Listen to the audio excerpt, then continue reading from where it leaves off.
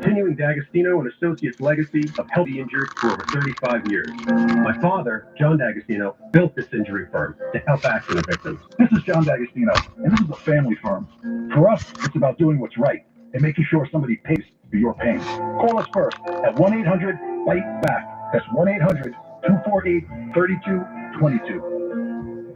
Listen to this podcast now on the Red Apple Podcast Network. Protecting America with Rita Cosby. Joining us now is Lieutenant Colonel Tony Shaffer. Rita, always a pleasure to join you. Tony, the minute that President Trump took office and he brought in Pete Hegseth, he said, okay, no more woke, no more DEI. We're going to focus on you being the toughest, greatest fighting force. His message was fight, fight, fight, win, win, win, and nothing else. How much DEI and woke was in our military before this? It was everywhere. And it's interesting. I'm glad you framed it that way. It was an infection. It's Marxism rebranded as basically culture and racial warfare. You basically were trying to convince people because of a certain physical attribute, who they slept with, what was on their body, the skin color, that somehow distinguished them and gave them the ability to be qualified and expert in what they do. Download all of Red Apple Media's podcasts right now through your favorite podcast platform. Here at 77 WABC, we have the freedom. Freedom to tell it like it is, using common sense thinking with entertaining and informative talk. I'm not just saying that. What the heck is going on here? Kind of amazed at the commentary. If that ain't crazy. The freedom to dance every weekend with We Are.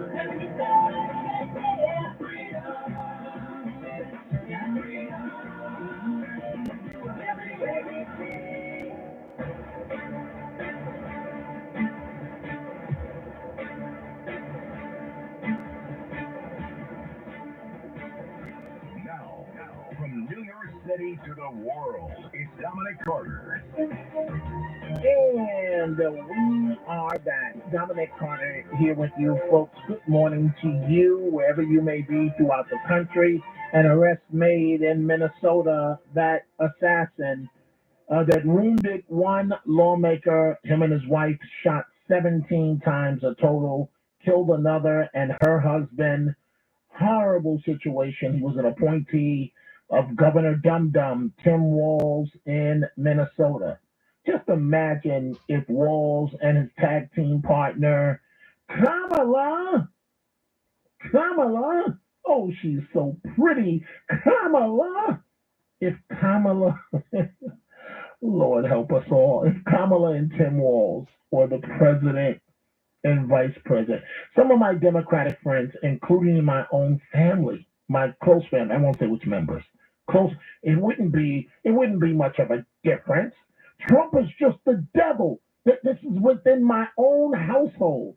I won't tell you which family member. Trump is the devil. We'll see how history judges him. But you say Kamala, and then I said this evening, well, Tim Walz appointed this nut to a post, and he just shot up. You know, he killed one lawmaker and her husband, and shot up another, and her husband, and shot up another, him and her and his wife. And the family member goes, well, we can look and find Trump. Well, tell me what Trump appointee shot up somebody and killed. Well, we'll see how history, whatever, folks. I'm looking at my Twitter, at my ex, Catherine Trump. Catherine, referring she, the LA Dodgers, and their singer of the Star Spangled, the national anthem, right? Catherine says she should be banned, the capitalized ban, from Dodger Stadium for defying them, or else she is the same as the other ne'er-do-wells in LA. The young lady we're talking about, her name is Vanessa Hernandez, and she performs under the name of Neza, and she performed the official Spanish version of the anthem commissioned by the U.S. government under Franklin D. Roosevelt in 1945. There's only one problem. The Dodgers told her English, only the English version of the star of the national anthem. Okay, We are going to do the song in English for them, so I'm not sure if that was in French or if that was in English.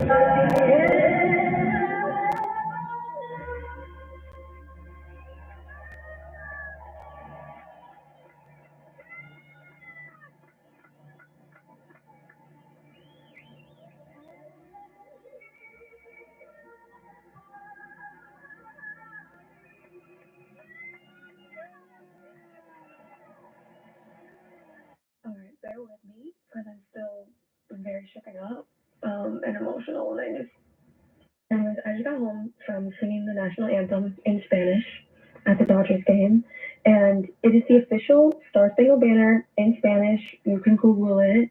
So I'll just read it to you really quick. But it was officially commissioned in 1945 by the U.S. State Department as a part of President Franklin Roosevelt's Good Neighbor policy to foster a better relationship with Latin America. Because of this, I didn't think I would be met with any sort of no, especially because we're in LA and with everything happening. And I've sang the national anthem many times in my life, but there was today out of all days.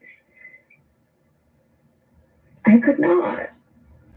I'm sorry. Yeah, I just could not believe when she walked in and told me no. But I just felt like I needed to do it. Para mi gente.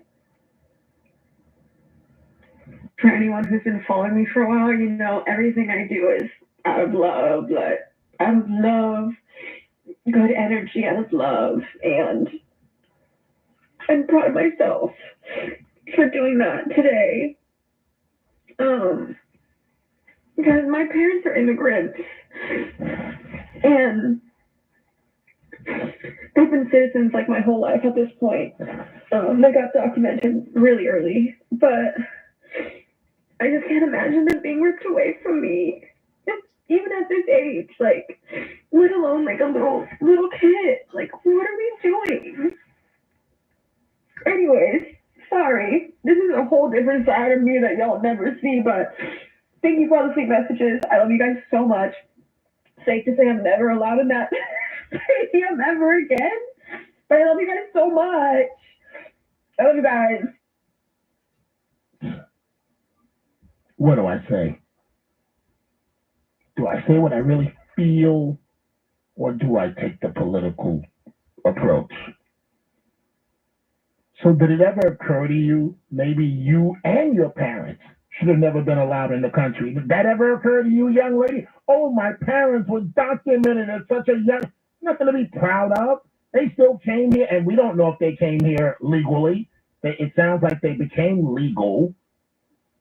Oh, I'll never be allowed in Dodger Stadium again. No, really? Really? I hope you're proud. Oh, and this day is so special. I'm about love. You know, that's what only artists say, especially when they're about to say something dividing America. I'm about love and bringing us. So that's what I'm going to say, I guess, every broadcast. I'm about love and bringing us together. Get out. How about that? That's how I really feel. Get out. Now, let's start from that point. Get out. Let's go to Kathy, line 4, New Jersey. Kathy, what's on your mind? Oh, yes. Good morning, Dominic. Thank you for taking my call. I just think about, very disrespectful and very selfish and entitled. But I don't know how this works, so that's why I'm asking. Can a microphone or a sound system that's carrying her voice be disabled once they realize what she's doing, or would that be totally inappropriate? Kathy. Okay, so now let's look at this from the business point of view, right? You and I are the owners of the Dodgers, right? And 50% of our base happens to be Latino.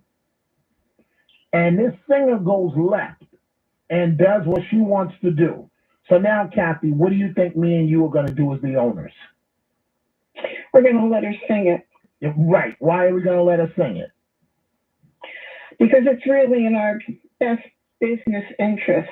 Kathy, thank you, Kathy, for being honest, because some of you will call up here, I would have stopped her. No, you wouldn't, with millions of dollars on the line, possibly $1 billion. The last thing the Dodgers want, most of their base is out of California is Latino. So once this young lady goes left, the last thing in the world, you want to minimize her damage. If you stop her, they could easily cut off the PA system. Now you've got an international story. So if you and I own the Dodgers, Kathy, you as a woman, me as an African American, we're gonna let it go. We're gonna look at our PR people, and we're gonna use some language that's very colorful. Blah blah blah. What the hell is going on? And then we're gonna say, whatever you do, don't cut it. You notice the crowd thought it was part of the show. They clapped at the end. Yeah, I noticed a lot of approval, for her. But my other question is this, Dominic. Like, I know it's one song, but do these individuals sign contracts when they go in there? Like, this is what you're going to do? If it's anything like what I work with, there's an agreement for everything, and everything has to be in writing. And I don't know. I would think so. Say that again, Kathy? I said I would think so. Now, can she be held for damages or no? Right, but if you're the Dodgers, she's too much of a small fry to make this an issue. Why? You're right, she really is a small fry. Why let now you and I are the owners of the Dodgers. Why are we going to let this little fly irritate us?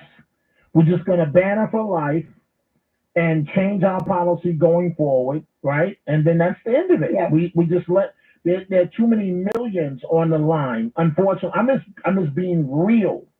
There's too much money on the line to it was very disrespectful, but you just let it go. Hey, Kathy, thank you for the wonderful call. Thank you so much, Kathy. Let's go from line 4 to line 2. Lou, Long Island, New York. Lou, what's on your mind? Yes, good morning, Dominic. This is disgusting and disrespectful. My grandfather came from Italy legally in 1919, and he had a mantra. As soon as he walked out of his front door, he never spoke Italian.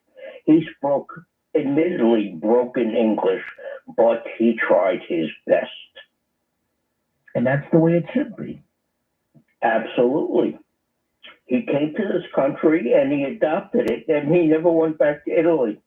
And his daughters used to ask him, Papa, why don't you go back to Italy and visit? He says, there's nothing there for me. I'm an American. And that's the bottom line as well. That's the bottom line as well. And this woman should be banned for. I'm sorry. It really, it brings back my grandfather's mantra. It's like a stake to the heart. That's so disrespectful. Right. I agree with you. She should never be allowed to work again as a singer. She's so proud of herself right now. Oh, thank you for the love. And, I'm very positive in everything that I do. How about being proud of America letting you live here? Right. I agree with you. I agree with you. And that's the way I look at it, that because of this great country, just a second about myself, because of this great country, I was able to get an education.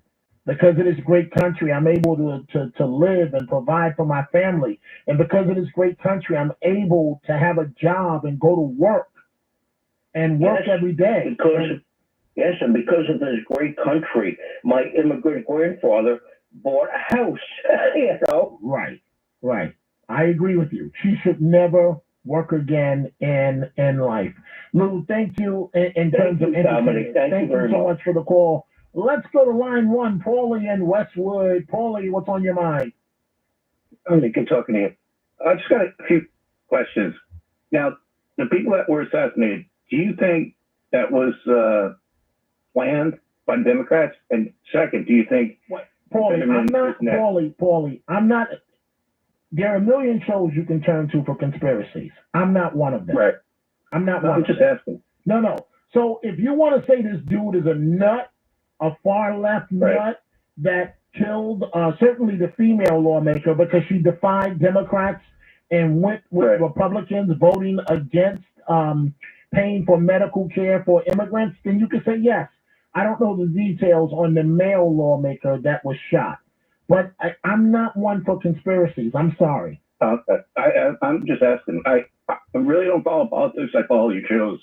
Okay, And I was well, just thank wondering. you. That's very, And very I heard kind. Fetterman speaking out about, what do you call it, Democrats today. Do you think he may be a target from the Democrats next? Because if you Google the Clintons and surrounding deaths around the Clintons, it's amazing.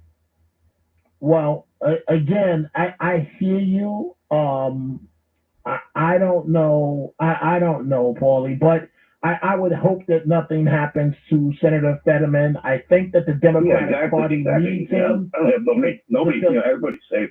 Because he's the only voice of reason that they have these days. We don't want anything to happen to any of our elected officials, local, state, national. It's just not a good look for America. Paulie, thank you for the wonderful call. Let's go to line 4. Richard in Philadelphia. What's on your mind, Richard? Good morning, Dominic. If you want to solve that problem with the Dodger and the singer, it's all you have to put on the contract they sign. No singing in English. American starts family planning. And if you don't sing in English, you don't get paid. That won't solve it. You have some of them that once they get before the platform is more important than the few dollars they're being paid. They don't make a lot of money to do the national anthem. I thought they make a lot of money. No, a few $100s at best. Cheerleaders, professional cheerleaders, make in many cases under $200 a game. They don't make a lot of money. Ownership makes a lot of money. They may get maybe $300 if they're paid at all to sing the national anthem, because it's more so like the Super Bowl. You're not paid to perform at the Super Bowl. You make your money on the backside of that. Time for a break. We are coming right back. It's Dominic Carter.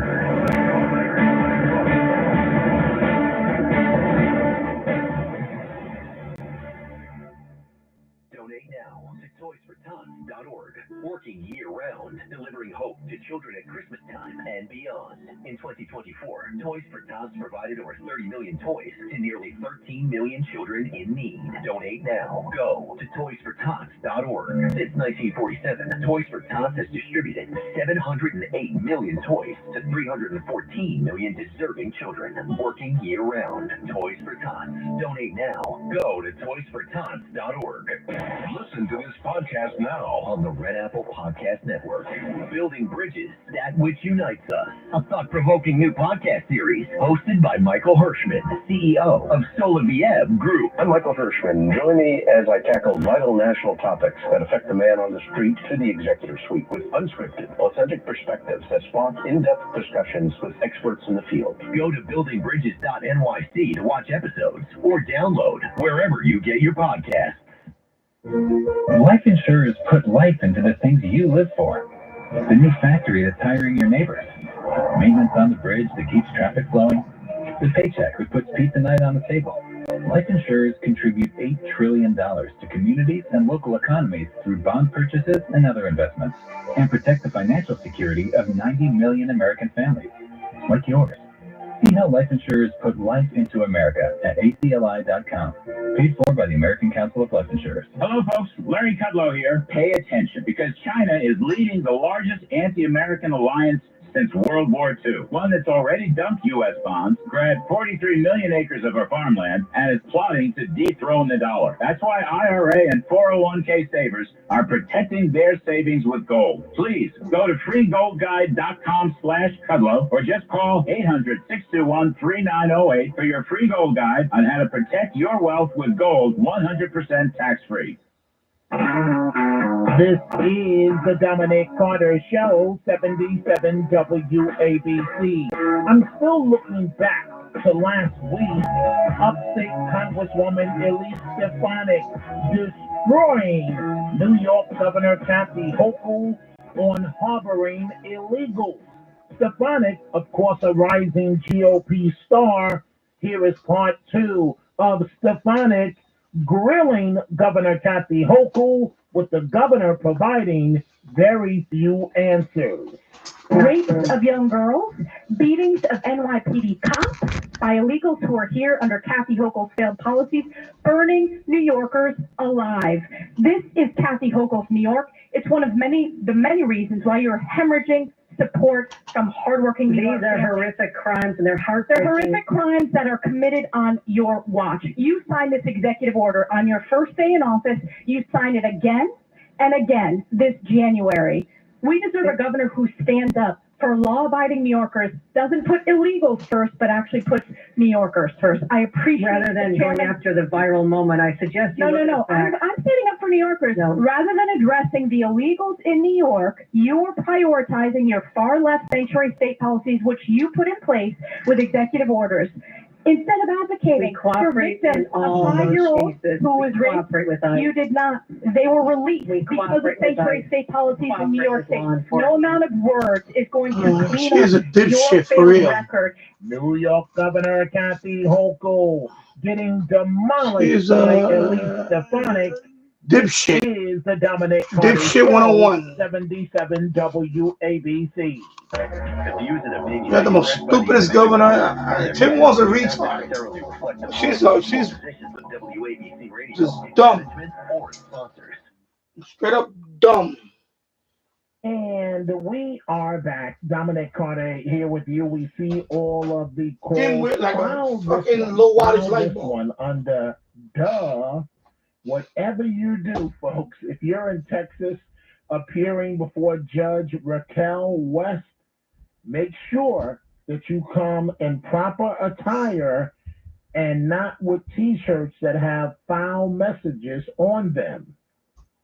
Good morning, sir. What made you think that was a good shirt to wear to court this morning? That's all you could find? That's all, the only shirt you had in your closet? World's best farter. That's great. No, it says, I can read it. I see what it says at the bottom.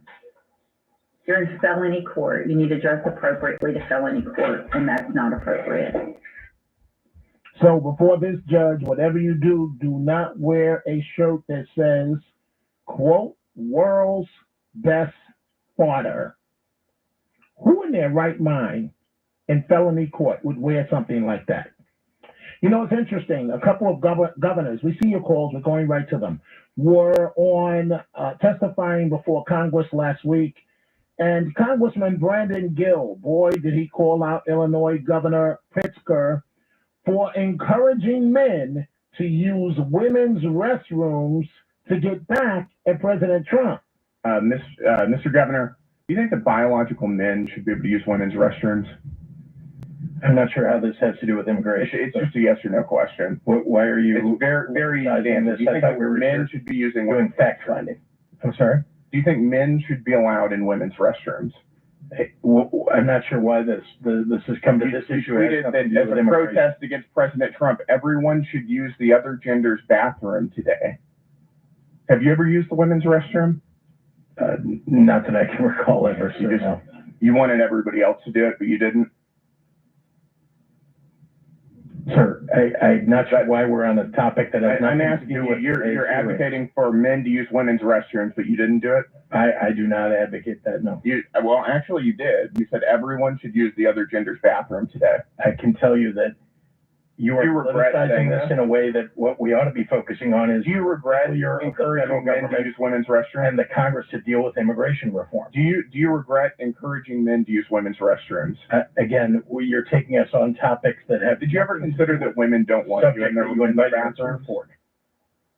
Phony, Governor Phony of Illinois, you are cold busted. Let's go back to your telephone calls. Marianne, line 2, Indiana. What's on your mind, Marianne? Hello, Dominic. Hi. I was calling about the Dodgers. Yes. And I think they anticipated that she would go ahead and sing that in Spanish, just like they have groups like the nuns, they're dressed up as nuns, but the LGBTQ group, they allowed that there too at the Dodger Stadium. Right, but the only thing with this one, Marianne, you have the staff member telling her beforehand, do it in English. We apologize for any mistake. And the performer records the lady and then goes ahead and does what she wants to do anyway. But don't you think they figured that she would do it like that? I don't. I think that once it started, when you're in a live situation, you've got to roll with any situation. So, for example, I'm going to make this as quick as I can.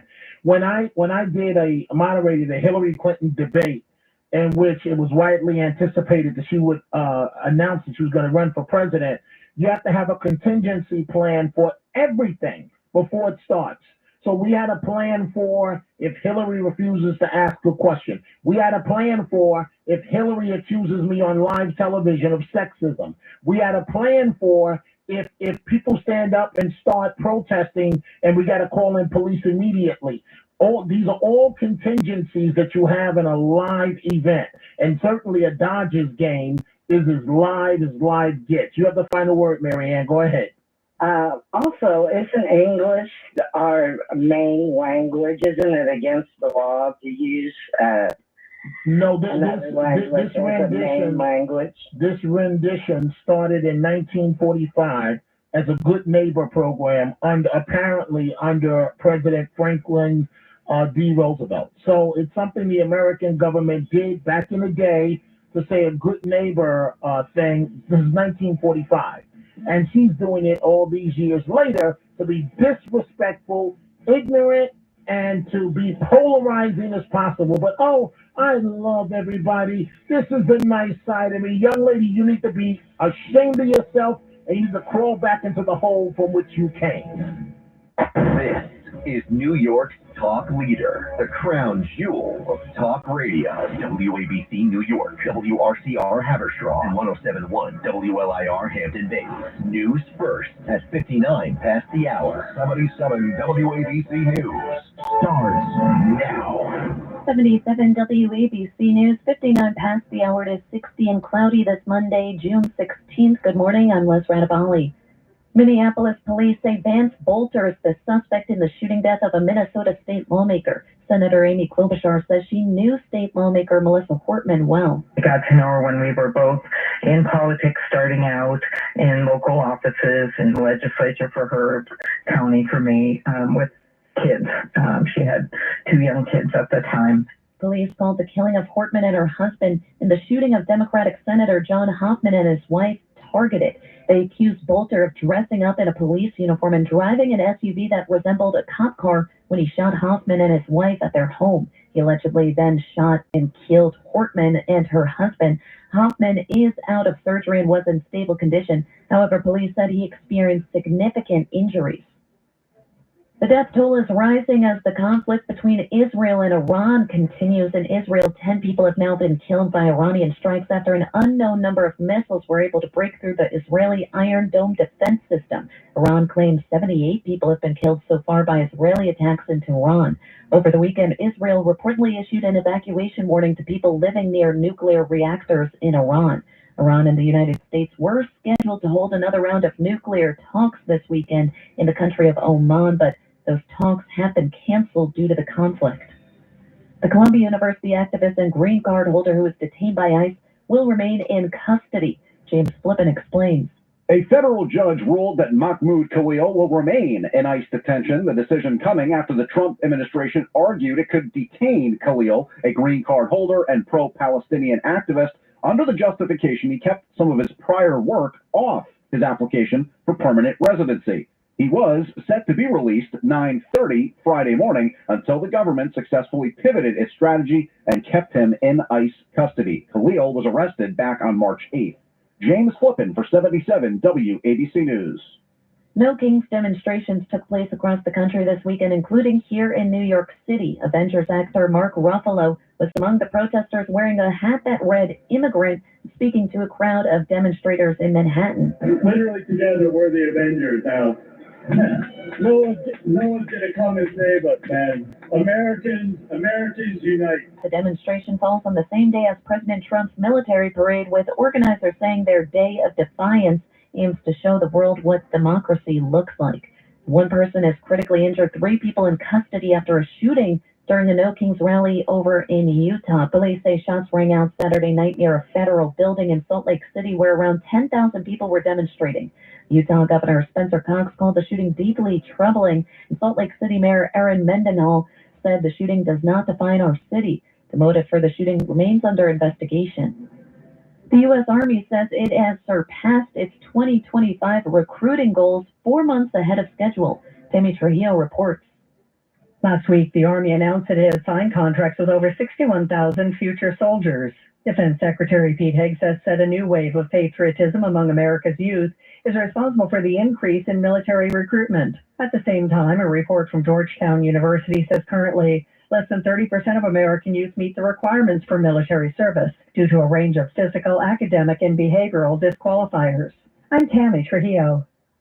Queens Assemblyman and candidate for Mayor Zohran Mamdani held a weekend rally in Manhattan's Terminal 5 as early voting for the primary begins. Mamdani was joined by fellow Democratic Socialist AOC. I'm thrilled to be here with each and every one of you who have already shocked the political class in terms of what is possible in this city, and we will elect Zohran on June 24th. 9 candidates are hoping to make it to the general election. Mamdani is trailing second in most polls behind former Governor Andrew Cuomo.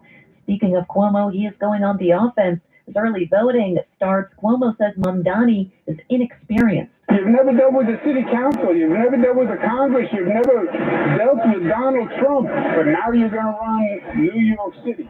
Early voting does run through the 22nd with the actual primary on the 24th. The candidate will go on to face Guardian Angels founder and WABC's very own Curtis Lewa, along with current Mayor Eric Adams, who's running as an independent. Governor's Island is being very sheepish this summer when it comes to the plants. Lisa G. reports. Governor's Island is using a landscaping squad of 5 sheep to help destroy invasive weeds over its 172 acres. The sheep's names are Bowie, Chad, Evening Jupiter, and Philip Aries, and they're doing this for the 5th summer. Officials say they use sheep and not goats because goats would eat every type of vegetation in sight, while sheep are very specific in going after the bad stuff. After September, the sheep head back to their home, a farm near Albany. I'm Lisa G., 77 WABC News. In some sports, former UFC 2-division champion BJ Penn has been arrested again and charged for violating a temporary restraining order. It's Penn's 4th arrest in a span of 3 weeks, with his prior arrests all relating to his claims that his family has been murdered and replaced with imposters. The conditions of that restraining order are unclear, but continued violations could result in possible jail time. And now your forecast. It's currently 60 and cloudy outside our Midtown studios. I'm Liz Radavali. Remember, news never stops at WABCRadio.com.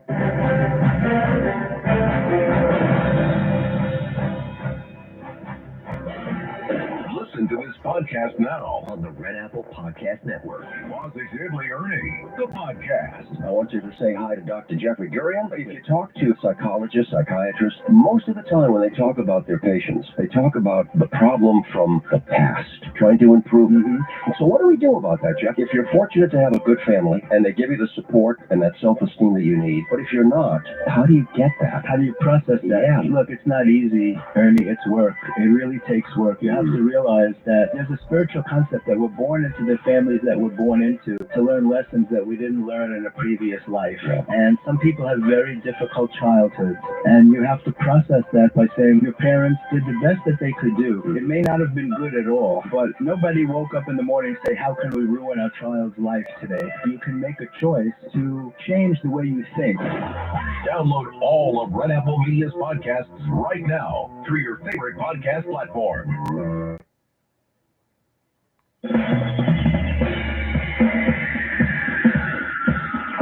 This is The Other Side of Midnight. They're running a strange program, y'all. With Lionel.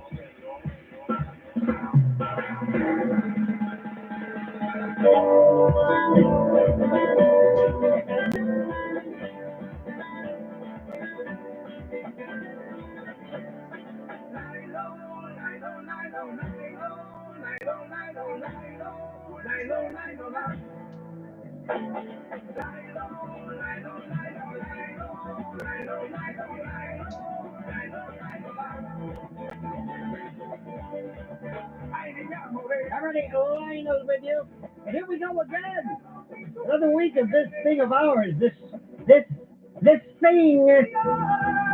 thing. Let me ask you, gents, have you ever felt, maybe you don't, I don't know what your work schedule is. Do you ever wake up, well, like Saturday morning or Saturday day? I'm off today, right? I mean, Friday is 1 a.m. to 5 a.m. That's Friday. So 5 a.m., that's the end of the week. Good. Saturday comes along, I think, not today. No, I'm off Friday, Saturday, and then Sunday night Sunday night is really, anyway, I have this thing about missing the show.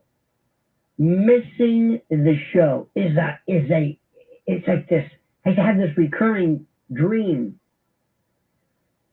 Years ago, when I was in Florida, we did this thing called the Turnstile. It was a Saturday, kind of a rotation. I call it the turn screw. Nobody wanted to do it, but we rotated. It was a Saturday show. Anyway, apparently I had forgotten or something. I don't know. So I get this call from this board operator. And he said, hi. I said, oh, how are you? He goes, how far do you live away from the studio? I said, that's an interesting way to start. Oh, I don't know. Why is that? He said, because you're on in like 5 minutes. I said, okay, not to worry. True story. We didn't have, this is a long time ago, didn't have cell phones, but I had a car. I had a car phone bolted down on the ground. So I was inside, and I said, okay.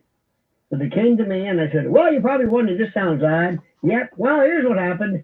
I thought I was going to do it. With this guy, we switched. But anyway, not to worry. Nothing to worry about. Everything's groovy. Here I am. So I went and I was like flushing toilets and things. And no, really, would you like some coffee? And it was a great bit. I didn't want to do it. What's my hurry? It's a Saturday.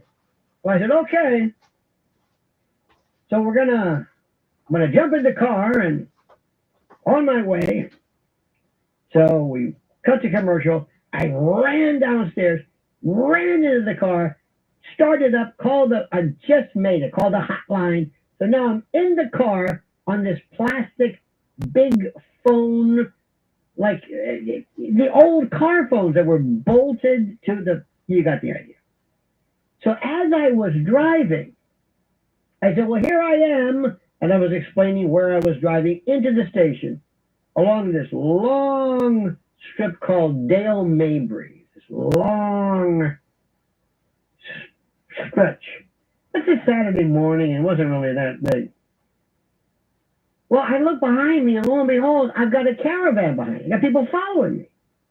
This was a different time. Then we felt a little bit safer, but I said, hey, this is terrific. I'm here now. Everybody put on your lights. They turned on their lights. They were following me. So I asked the board operator, I said, would you like something from McDonald's? Because I want to go through the drive-thru. Add to the ambiance, this Ernie Kovacs moment of genius. He said, yeah. So he told me, oh, egg McMuffin, there you go. So I pulled into the McDonald's with people behind me, following me, knowing who I was, I guess.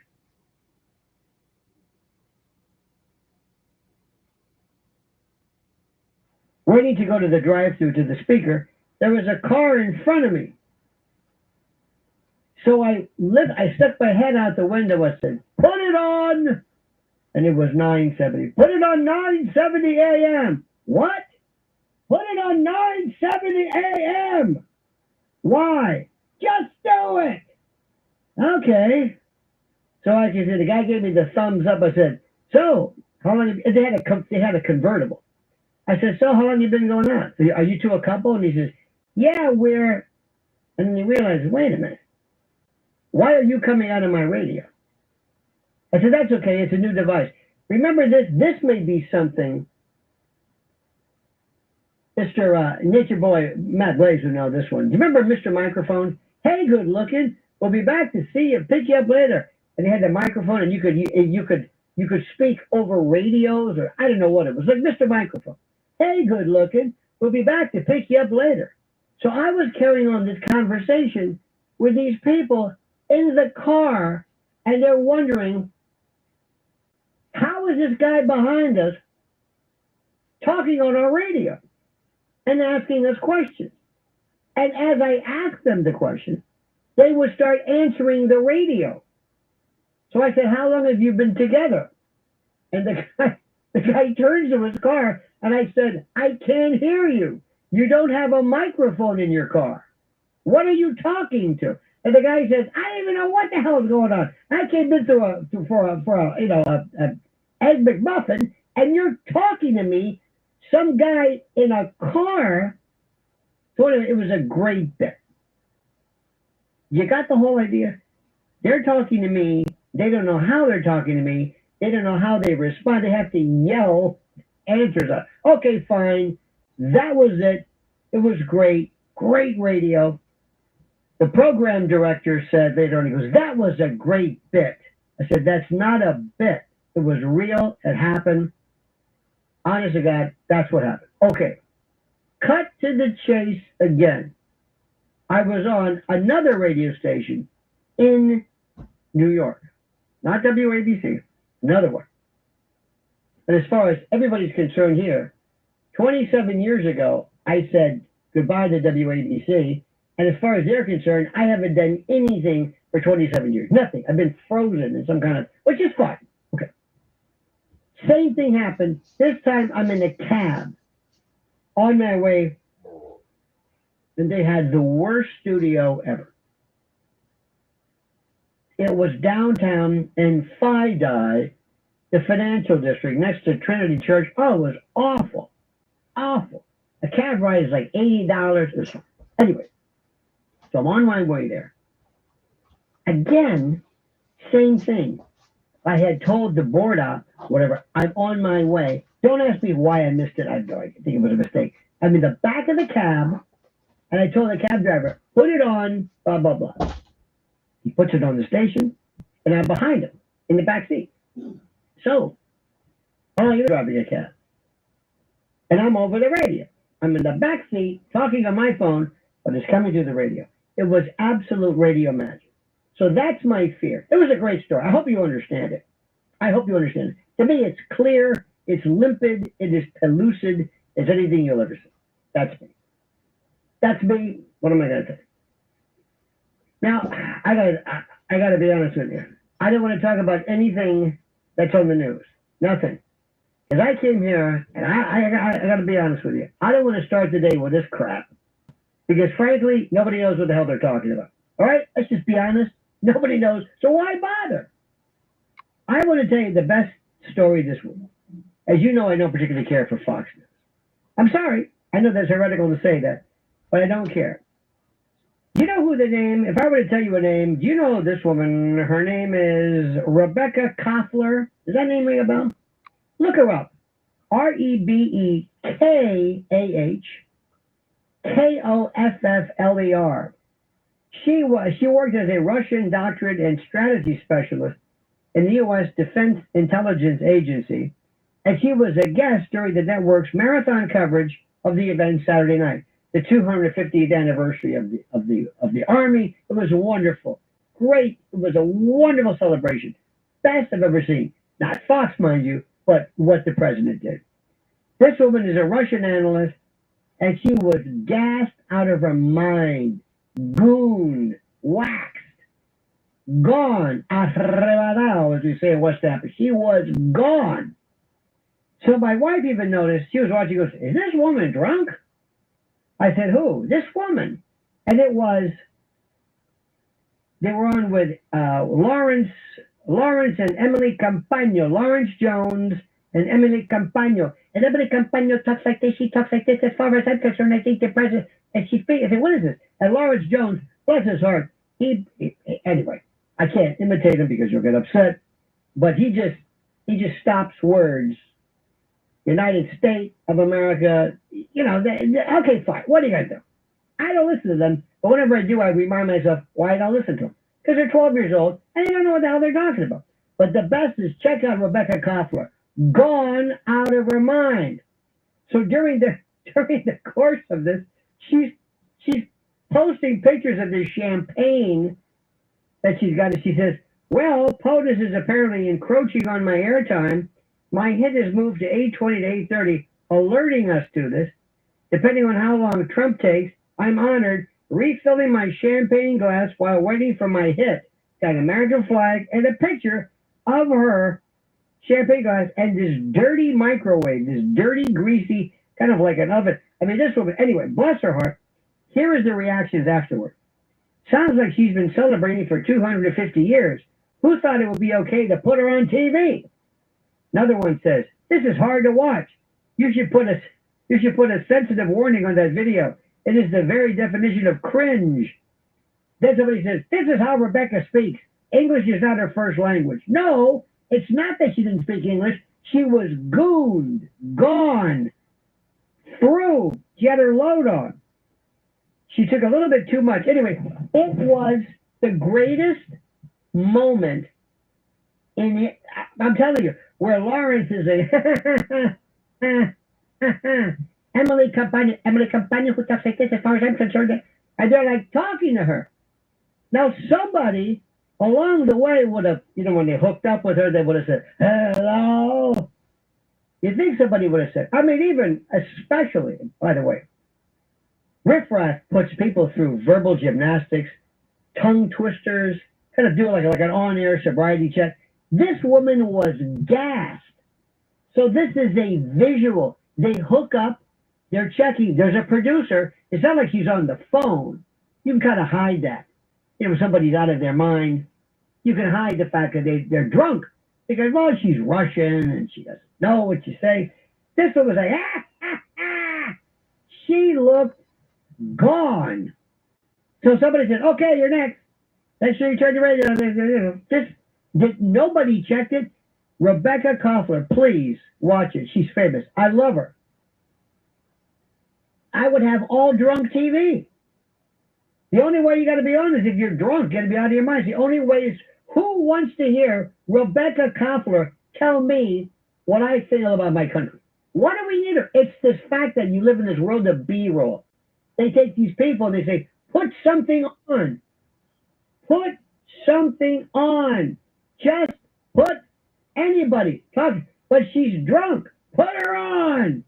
But she's out of her mind. It doesn't matter. Next, go. It's one of the best things ever. I love stories like this. Now, when I was a kid, you don't know this. How would you know this? I haven't told you the story yet. Saturdays, my job. I had jobs when I was a kid. My father made me do. My parents made me just say, clean the toilet, do this, go do the yard, use the hedge clippers, do this, go on, pull weeds. I never once said, like, who in the hell are you to tell me? Never. I just did it. So my father he said, shine my shoes. So that was my Saturday day. I did it. Okay, sure, no problem. I'm living here for free. I'll do it. My father had like a size 30 shoe. I don't know where this thing was. These wingtips, floor shines. Took like an hour and a half. And I got my thing, got my hand. I was watching NBA at the time. Some NBA game. I just happened to have it on. And it was Foster Brooks. The first time I ever saw Foster Brooks. I didn't know it was a joke. And they said, now let's go to NBA Commissioner Matt Blaze with this. Mr. Blaze, welcome. It comes out, and I said, oh my God, this guy's drunk. I didn't know it was a bit. I tried to call somebody up. I couldn't call anybody. We had no cell phone. I was watching this. I said, this is history. I'm watching somebody out of their mind, drunk out of their mind. And I remember at the time, there was this feeling of, I'm seeing something I shouldn't see. I love it. That's what I thought about with Rebecca Koffler. I mean, it took me back. There's something about people. And by the way, right now, we're all drunk. I'm sorry. But I said, listen, I gave him a call last weekend. I said, listen, I'm going to be coming in. So make sure you get half a load on. So we're gassed, all of us. See if it helps. See if it adds anything. Maybe it'll pick up. Maybe you can scold us. But I remember there's these wonderful moments. Did you ever see disasters on TV? Like, I'd love to say, what was your worst radio disaster? You probably don't have them because you can cut somebody off. I keep them on. I don't cut them off. This is a gift from God where we have disasters. One time I had the wrong lady on. I thought she thought she was calling a medical show. And I put her on. She's asking about blood pressure medication. Now, most people would have said, cut her off. Oh, no, no, no. We kept going. And my guest was wondering, I'm here to talk about such and such. Why are we talking to a woman about blood pressure medication? Why? Because I love when things go wrong. I love disasters. I love when one night George Jones, remember when Barbara Mandrell sang, I was country when country wasn't cool? Anyway, the song has this interlude with George Jones.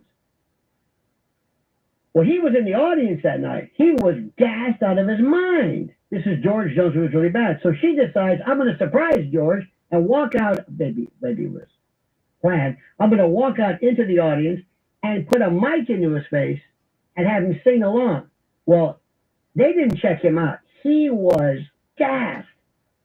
And I remember her singing, I was country. I remember turning on the radio, turning on George Jones, and they went to him, and his eyes were red, his hair. Again, it was that moment of disaster, which is what I love. You don't understand. Life's too short. I don't want order. I want when things go wrong. I want when things go absolutely wrong. I like outtakes. I like disaster. Because what we do, I say we, people in the business, we always want to create this idea that we know more than you or that no, we're not. The best part is when people who do a radio show, and I'm saying, why are you talking about topics you have no business discussing? This is not your bailiwick. Oh, I have to talk about this. No, you don't. Now, let me tell you something right now. You know what this show is about? It's about you. It's about you. It's about your anecdotes, your stories. It's about you. See, a lot of times, I'm going to tell you this, a lot of times talk radio folks look at you, talk radio hosts, look at you as kind of like the default, like, okay, let's take a few calls. I got to go to that. No! You're the show. The news is the kind of like the default to go to. It's what you think. It's what you think. We're going to go to Denise coming up. By the way, Denise says it's wonderful to see Trump swear troops in. I'm a veteran. Good for you. Remember, President Trump is doing a lot of good stuff. There are other things he doesn't know what he's doing. Not a clue. But that doesn't mean we don't love him. That doesn't mean we don't love him. 800-848-9222. 800-848 or 948. Yeah, call somebody else. What is 800-848-9222. Well, I know we do. Oh, we're all gassed. All of us. The whole crew. They got the door locked. People are pounding at the door. Let us in. Because why? Because, we're just happy to be here with you on our side and at our side. Well, I know with you on the other side of midnight, or as I call this, bowling for sports shirts. The Other Side of Midnight with Lionel. Dr. Howard D.C., founder of Balance of Nature and formulator of the Fruits and Veggies and Fiber and Spice supplement, has teamed up with veterinarian Dr. Jake to create Dr. Fido's Dog Food Topper, a tasty, nutritious way to enrich your dog's meals. Just scoop, sprinkle, and stir. Here's what Dr. Jake had to say about his personal experience. I've been using Dr. Fido's for 2 to 3 years now, and my personal dog is now a 16-year-old Red Gila, and she is happier on the Dr. Fido's. I've been super impressed with it, and the nice thing about how it's presented is put the product next in the dog food. It's that easy. Call 888-388-7297 or go to drfidos.com. That's drphytos.com. And for a limited time, order now and receive a 10% discount with our money-back guarantee by using promo code APPLE. Listen to Dominic Carter every weekday at 3:55 p.m. for the Tunnel of Towers Foundation. Dominic's Final Thoughts. Dominic gives his insightful, most candid, and important final thought of the day on topics affecting our community, our nation, and you. The Tunnel to Towers Foundation. Dominic's Final Thoughts. Weekdays at 3:55 p.m. on 77 WABC. Oi! Sid and Friends in the Morning. Here we are, Monday morning. Hope you all had a great Father's Day yesterday. I know that I did. Wonderful weekend. Now we're moving towards the middle of June already. But we got a big week of shows coming up, and we love Mondays, right? If it's a big story, we have it today. Monday morning, sitting friends in the morning. Listen anytime. 77WABCRadio.com and the 77 WABC app.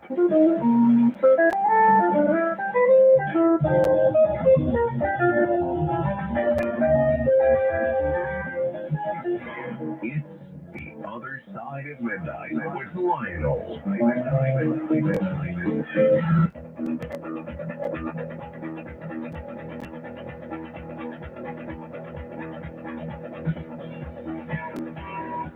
Alrighty, a line over there. I just saw something on my Spotify notice. Gary Newman's going to be playing Cars. Cars, right? And Iggy Pop. Have you seen Iggy Pop lately? Wow. Not good. Not good. Still insists on going shirtless. Guy's about 85 years old. Listen, God bless you. But you know what I mean? Don't think about it.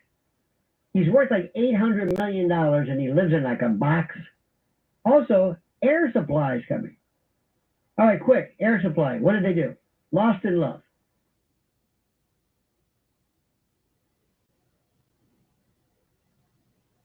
Oh, don't bring your personal life into this. No, Air Supply. Okay, fine. You want to see Air Supply? Okay, that's good. Lost in Love, and I don't know. Okay, thank you. And a great singer's coming, Molly Tuttle. Molly Tuttle is one of the best female bluegrass players. She and Billy Strings are it. And she has alopecia. You know him, alopecia. Plays third base for the Mets. Alopecia. I shouldn't joke about it. She has no hair. And then she'll wear a wig. Sometimes she won't. And I think that's terrific. Kind of like Ayanna Presley. She's coming. They also said, according to my Spotify, Oscar Peterson, Birdland Jazz Club. I don't think Oscar Peterson is going to be. I'm just saying. And another one, too, which I find interesting, a great performer. Have you seen Colin Hay lately from Men at Work? It's fantastic. Great performer. We got to get him in or something. I don't know how we're going to do this. I mean, who wouldn't want to be a part of this, for God's sake? But I love, and you know what? I haven't been to any kind of public performance, any kind of, I think the last time was my wife and I saw Steely Dan at the Beacon with Walter Becker. That's it. What about you?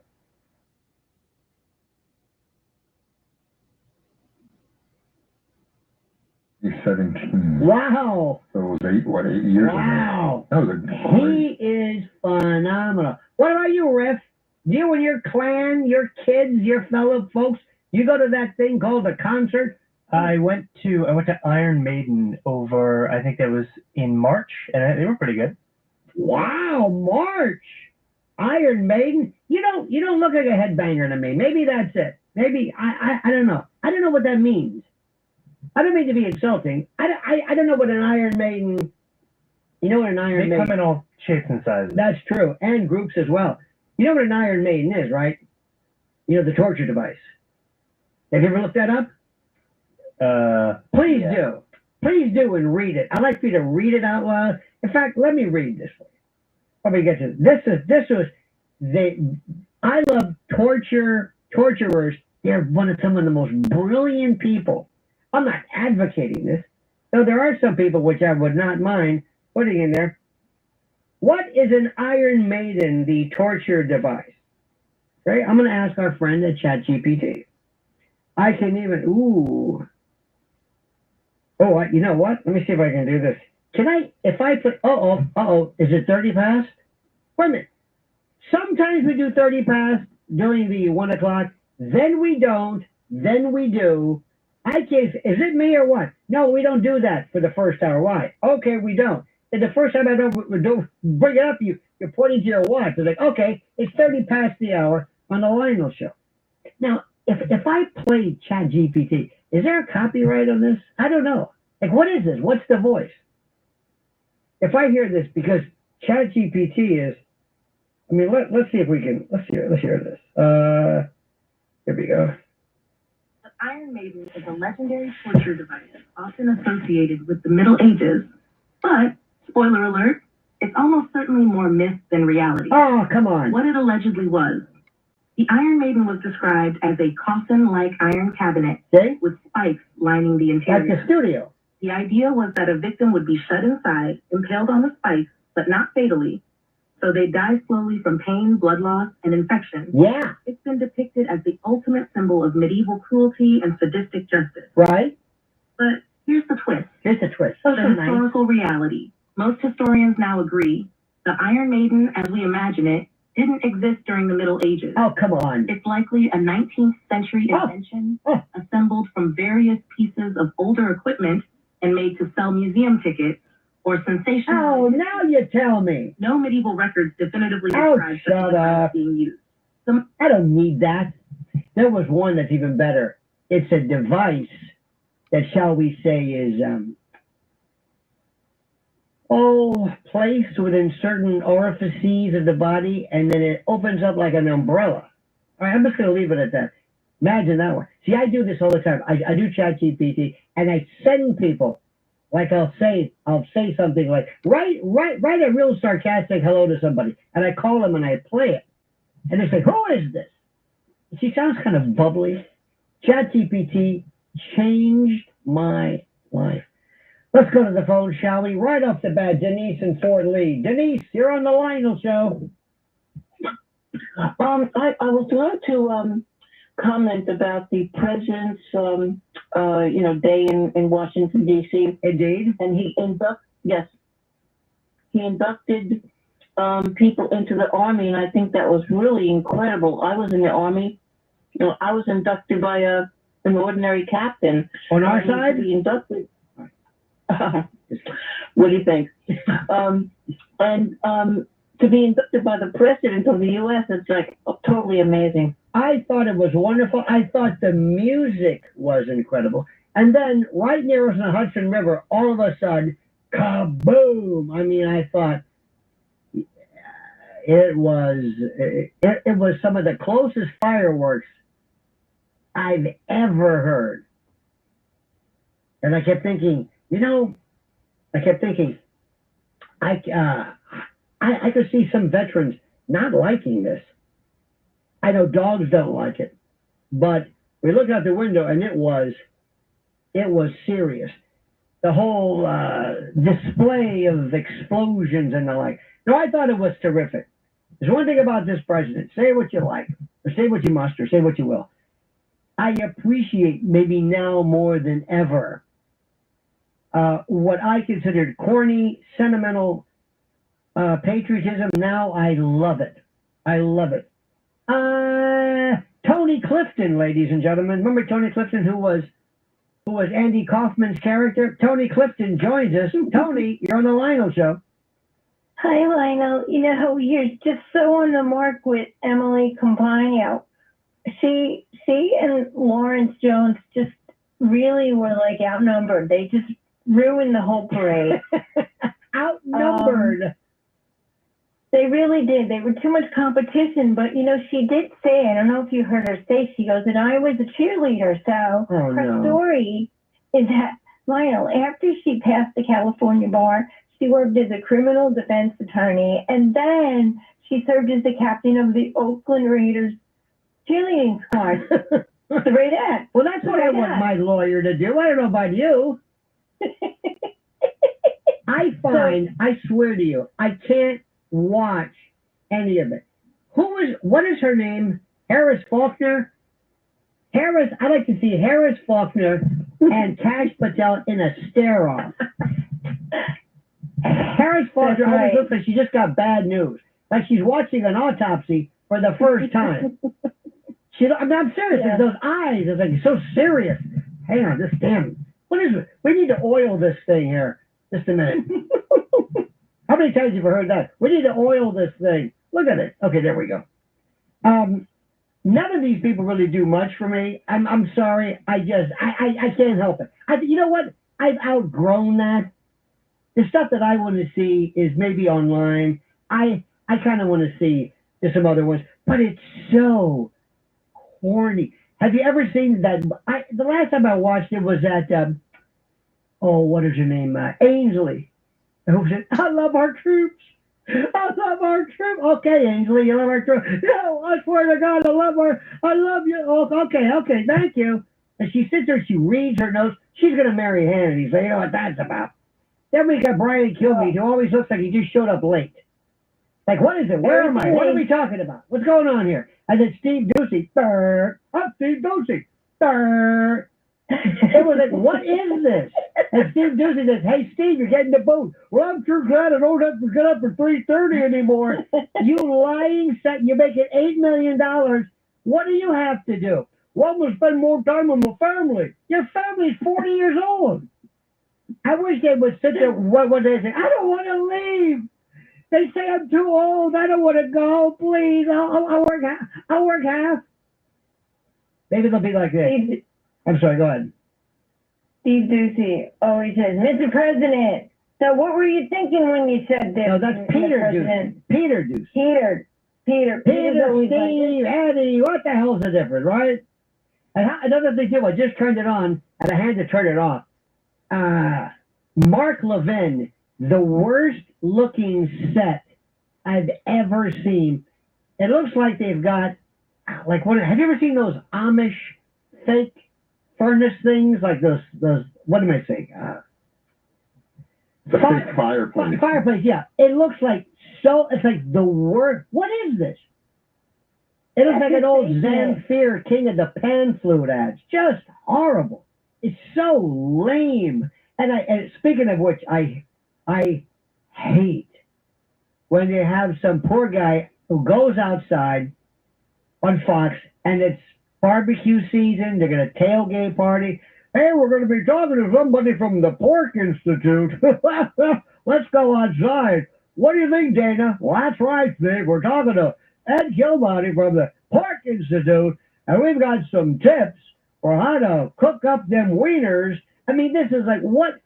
This is from the 50s. This is the worst. It's Dave Garroway without the pizzazz. Nothing has changed. No, I know you don't know what I'm talking about, but I'm going to tell you. As I told you, there's different screens here. I can't look at that CNN because it makes me sick. MSDNC is awful. Spectrum TV, nobody watches that. You know what I got on right now? Mexican comedy. It is so bad, it's great. It is so unbelievably terrible. That's what I love. Let's go right back to the phones. What I think is good. Let me see. Let's go to Frank in Huntington. I've got two people on the line, like a big decision. Frank, you're on the line, show. Yeah, I live in a Jewish community, and we have these holidays like Purim, Passover, and there's some of these fried dishes and everything, food and everything. And what's the? I like your operative word is "and everything." I like that. And everything. Everything, but there's a difference between Jewish food and Gentile food. Jewish food is human blood in it. They take the blood of Christians. Oh, come on. All right. You know, you got to understand something. I got my start as a how do I say this? As a crank, so to speak. Well, it wasn't really a crank. It was a chronic. I was really good. Really good at it. Honest to God. And it was so smooth that nobody even knew what I was doing. I lulled them into complacency. They weren't even paying attention. You got to work on your delivery. Don't get me wrong. I love it. I'll give you an example. One time my friend got a pager. This is how old this was. Guy has a pager. He just got his pager. He said, this is so terrific. I've never had a pager before. Had it on his belt. Ever a pager on a belt? You probably don't remember this. He had a pager. They put it on your belt. Anyway, if you didn't have a belt, you buy a belt and put your pager on it. So I called up a talk radio show and said, yeah, listen, I forget what I was. I was a lawyer or a plumber or something. I got a brand new business, and if anybody wants to give me a call, I'll be more than happy. And I offered something that everybody would take. Because on radio, as you know in radio, you can give away anything anything that people will call up and want it. You know, a lint-covered sour ball, they'll call up. I'll take it. See, the fourth caller, they get a lint-covered sour ball. All right, what is the matter with this? Look at this. Why is this not working? This thing is, I think it has erectile dysfunction. My boom is, all right. So my friend who just got the brand new pager, I went on the radio and said, yeah, listen, anybody who calls me, I'll give them a free whatever. Can I give my number out? It's sure. Is it okay? Do you mind if I give my number out? This was before the FCC cared. Yeah, it's 2125, and I gave the number out. All of a sudden, my friend's pager went berserk. And he was answering all these calls because he didn't know which were legit, which was it. Hello? Yes? And they said, who? Lint-covered sour ball. I'm sorry, ma'am, you got the wrong number. Calls back. Yeah, this is Frank from Acme Plumbing. Yeah, what? Sour ball? I don't know what you're talking about. You had like 100 calls he had to answer. Now that was a crank. That was a good one. That's what I did. Not this stuff you're doing. I have no problem. I'll tell you what we did one time. We had this brand new board out at the time. Saturdays. He didn't know anything. So he was in the back, and you wouldn't know this. He was putting carts back. There was a big cart cabinet. Remember the carts? The carts for the spots. So he's back there doing this stuff. So I start off, and I make sure the delay's on. So I said right off the bat, welcome to our Saturday show. And I said, F, F, F, F, F, F, F. And I gave a string of the F-bomb right off the bat. He dropped everything, dove towards the console, dove, but I dumped myself. Now that was pretty good. I don't know if you got what I meant, but the point is, I like doing things. Remember when you could pick up the phone at the airport and page people? They would page anybody you, and I can't do it now, but any name you give, anybody. Anybody. One time I had this, there was a guy we worked with years ago. Great guy. I'm not going to, his name is, let's say, like Ed Jones. So I would pick up the phone at the old WABC, and I'd say, I'd pick up the phone, and you could hit the intercom. And I would do the, because you always spit and make the noise first to make sure it was, I said, Ed Jones, pick up. Ed Jones, pick up. And he said, pick up what? What is it? And I wait a little bit. Ed Jones, pick up. And I heard this, pick up what? What? Where? What? Ed Jones, pick up. And then he picked up, he did it. Pick up, now he's over on the intercom. Pick up what? Who is this? I called back. Don't you talk to me like that. Just pick up. I'm picking it up. Back and forth. Somebody says, who is this? What is it? The woman who was a receptionist said, what is going on here? One of the funniest bits ever. It was wonderful. Another one too, you'll love this. When I was at I loved phone gags. When I was a prosecutor, we were in this one room. There were 6 of us, 3 divisions, 2 each. It's traffic. And I sat down, we all moved in, and I opened up my desk. And what's in my desk? But instructions on how to call forward. So this poor woman, her name was Tilly. She was the secretary. She says, okay, boys, I have all of your numbers here. Your extension is this. Blaze, this is yours. Riff Raff, this is yours. And this is your extension. Everyone happy? Great, Tilly. Fantastic.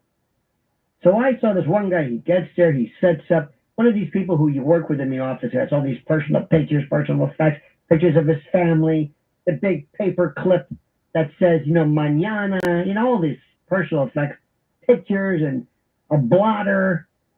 So I went and I said, the guy next to me, I figured out that I was going to forward his phone to the person all the way at the other end of this office, of this room, and have that phone forwarded all the way over here My God, Marie Osmond, I don't even recognize her. I'm looking up right now, and I don't even recognize her. Dear God, she looks... You ever have people who've had so much plastic surgery, it's like it's a head transplant? What happened to her? I forgot my story. I'm shocked. Marie Osmond. Oh, it's called Instaflex. She's doing Instaflex for... Oh, my God. Anyway, let me get back to what I'm doing. So anyway, all of a sudden this picture about, yeah, Mad Blaze, Riff Raff, just a minute. Hey, Riff, it's for you. What? Okay, can you forward it? No, I don't know how to forward it. Well, can you take this? So Riff's got to get up out of his desk and walk over to Matt's desk and take the call. Great. Now Riff's phone rings. Hello, Matt? What? No, it's just a minute. Matt, it's a phone call for you. This is going back and forth. My phone's working great because I switched them all. Tilly comes in. What's the matter? I said, I'm getting his calls. That can't be. It can't be. I said, listen, Tilly, my phone works great. I know yours works great. I just had this woman, her life was in this phone list. She says, listen, I know you boys, I know you boys, I don't know how to do this. Could you just switch? Matt, could you move over here? Because that's the calls were... And Riff, would you mind going over here? All right, you pick up your blotter, pick up your files. Tell me my phone's working great. Stop telling me that. I'm just telling you, but just to let you know, it's only theirs. So everybody's working fine. Phone rings. Matt Blaze, Matt, hey, it's working. I waited a couple of days. I went up to each phone, hit 73 pounds. They reverted back. Next thing you know, Riff answered the phone. Hello, Matt? Oh, no. It's back. Matt answers. Riff? Jesus, no! Tilly, what? I thought she was going to kill herself. Tilly, my phone's working great. Stop telling me your phone's working great. I don't know. Maybe it's just me. I never told anybody. I never explained it to them. That's what we had, phone pranks. And you kids today don't know anything about that. You've got this stupid thing, unknown call. I'm not answering that. And you shouldn't. I told you about my three-way calls. That's the greatest thing ever. You know, one time I called up a Domino's. They said, thank you for calling Domino's. I'd like to call our pizza. Thank you for calling Domino's. I'd like to call our price cutter Super Bowl pizza. They all said it. You call any Domino's in the city, and they all had to say that. So I would hook them up. Thank you for calling Domino's. Thank you for calling Domino's. Jerry? Bill? What are you calling? It's like that Tilly Riffer. Why are you calling me? I'm not calling you. You called me. Don't call me anymore. I didn't call you. I love it. Hook friends up. Listen to this. One time this was great. Oh, this is terrific. We worked in a, shall we say, an office. And at a Christmas party, somebody that we knew hooked up with somebody else. And this is before HR and all this stuff. And they hated each other. I mean, they were drunk. It was a sordid, tawdry evening. And they had to be moved on different floors for like 2 years, 3 years. They never saw each other until I got there, because I can three-way call anybody. So I call this extension and this extension. 2 people had to be moved to different floors, hated each other. She used and abused because she was. He just doesn't even want to remember this night. All of a sudden, she picks up the phone, and I'm listening. I hear this. Hello? This is what she said. What do you want? What do you mean, what do I want? Why are you calling me? I didn't call you. Look, it's been 2 years. So there was this thing going on. Are you calling him? Are you calling her? No. You know, we moved. I didn't call her. You're not supposed to talk. I didn't want to see her. Why am I calling her? It was great. And I'm walking around like a terrorist because I know what I did. Because this is the thing. I'm evil. So going back to that caller, if you think you're going to try to get past me, if this is the best you can do, you don't understand. I'm the Niels Bohr of this. That's this one. Here's one for you. You don't even remember this. Because you don't remember when you would open up the cap of your phone where the receiver was? You don't even have that. Look at the phone now. What is this? What is this thing? You would unscrew it and there would be a little cone. If you take that out completely, there's nothing there. Oh, you're screaming. Nobody can hear you. But a better one is to take some clear nail polish and just coat the end of it. So you get this fine, but everybody says, what? What? And they say, and they take the phone, they look at it, they do this. They never figure out what happened. Why? Because I'm a terrorist. There was a book years ago called Get Even 2 and Up Yours by George Haydu. Paladin Press. Remember that? The book of dirty tricks?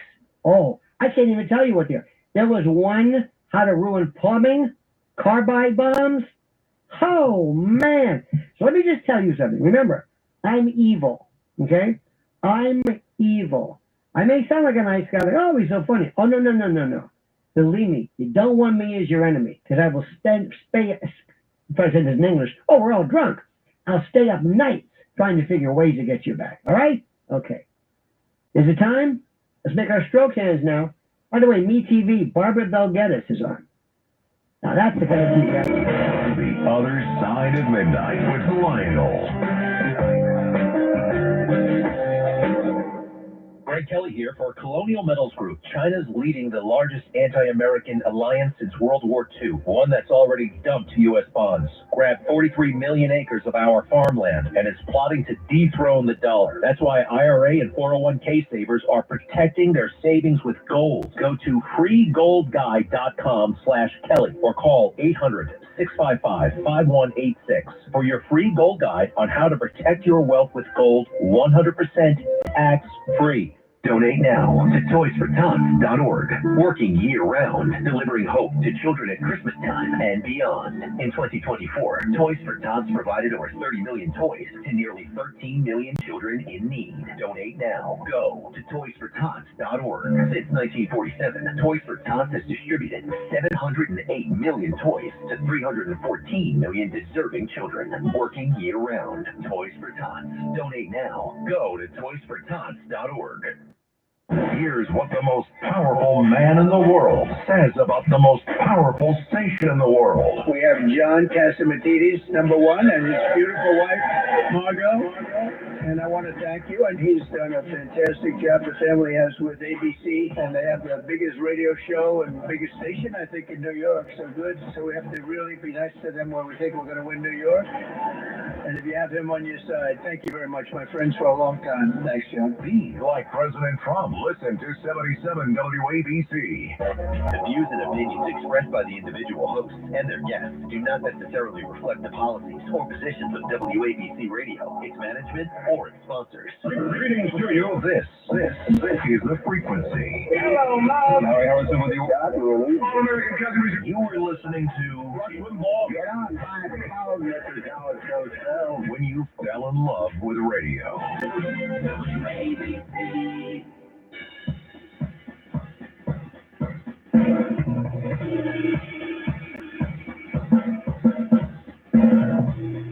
The Other Side of Midnight with Lionel.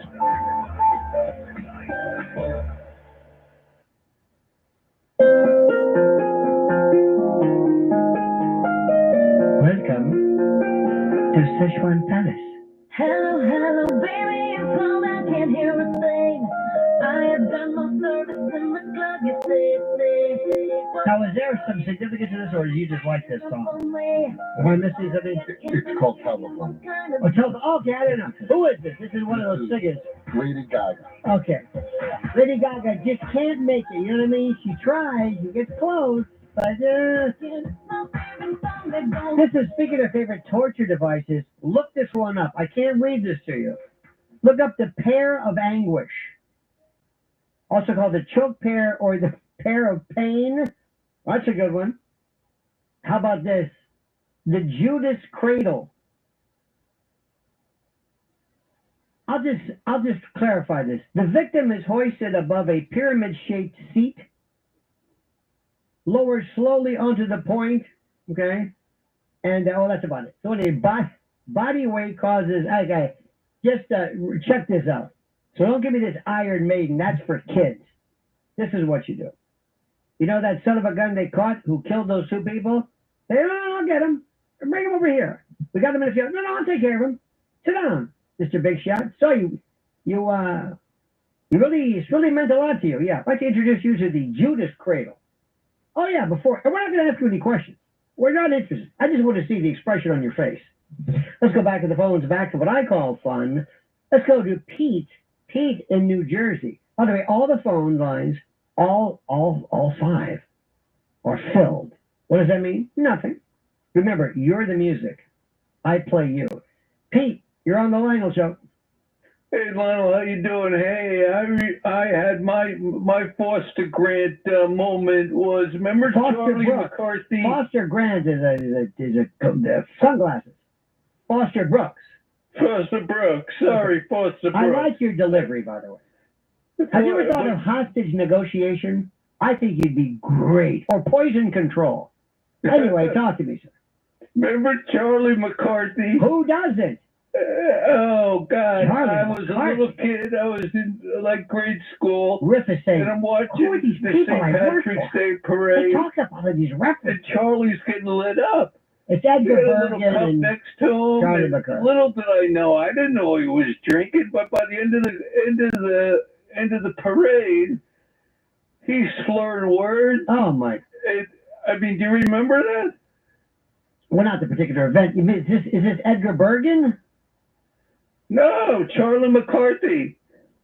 Charlie McCarthy is the. Well, you're talking about the not the puppet Charlie McCarthy, the actual Charlie McCarthy.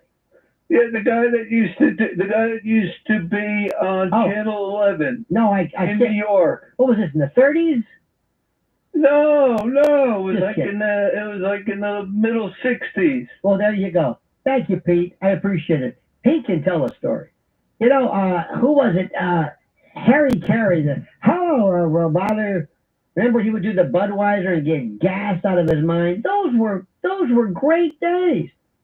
There were times when people, from what I heard, I don't want to mention names, but who was it? Remember, they accused Sue Simmons one time of going out and getting gassed. So what? I like that. You know, they'd have dinner and they'd go across the street or whatever it was. I mean, I'm sorry. I like that. There's something about people showing up to work gassed out of their minds, which I think there's a theme here. Nick in Virginia, you're on the Lionel Show. You're putting me on with 1 minute left before the break? Wait a minute. You know what? You're so right. I love the fact that you knew exactly the time. I know. Nick, I'm going to put you on hold. And let me just say something to you, my friend. This better be good. You better really be good.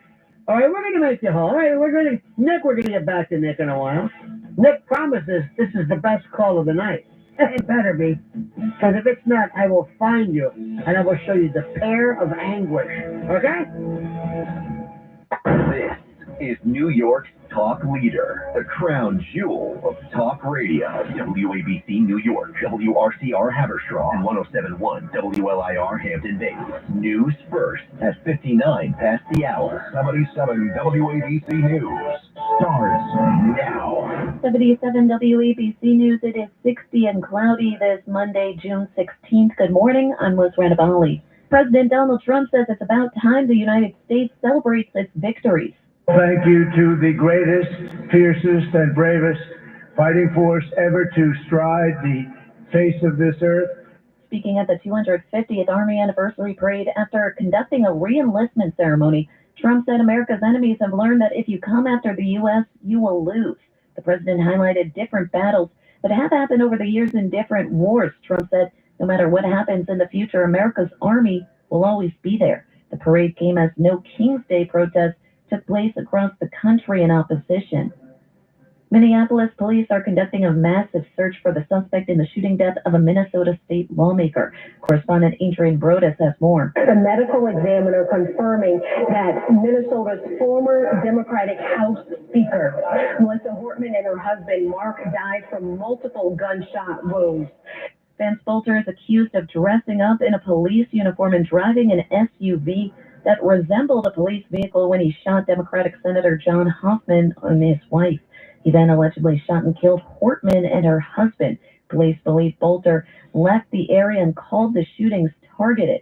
Hoffman is reportedly out of surgery and was in stable condition. However, police said he experienced significant injuries.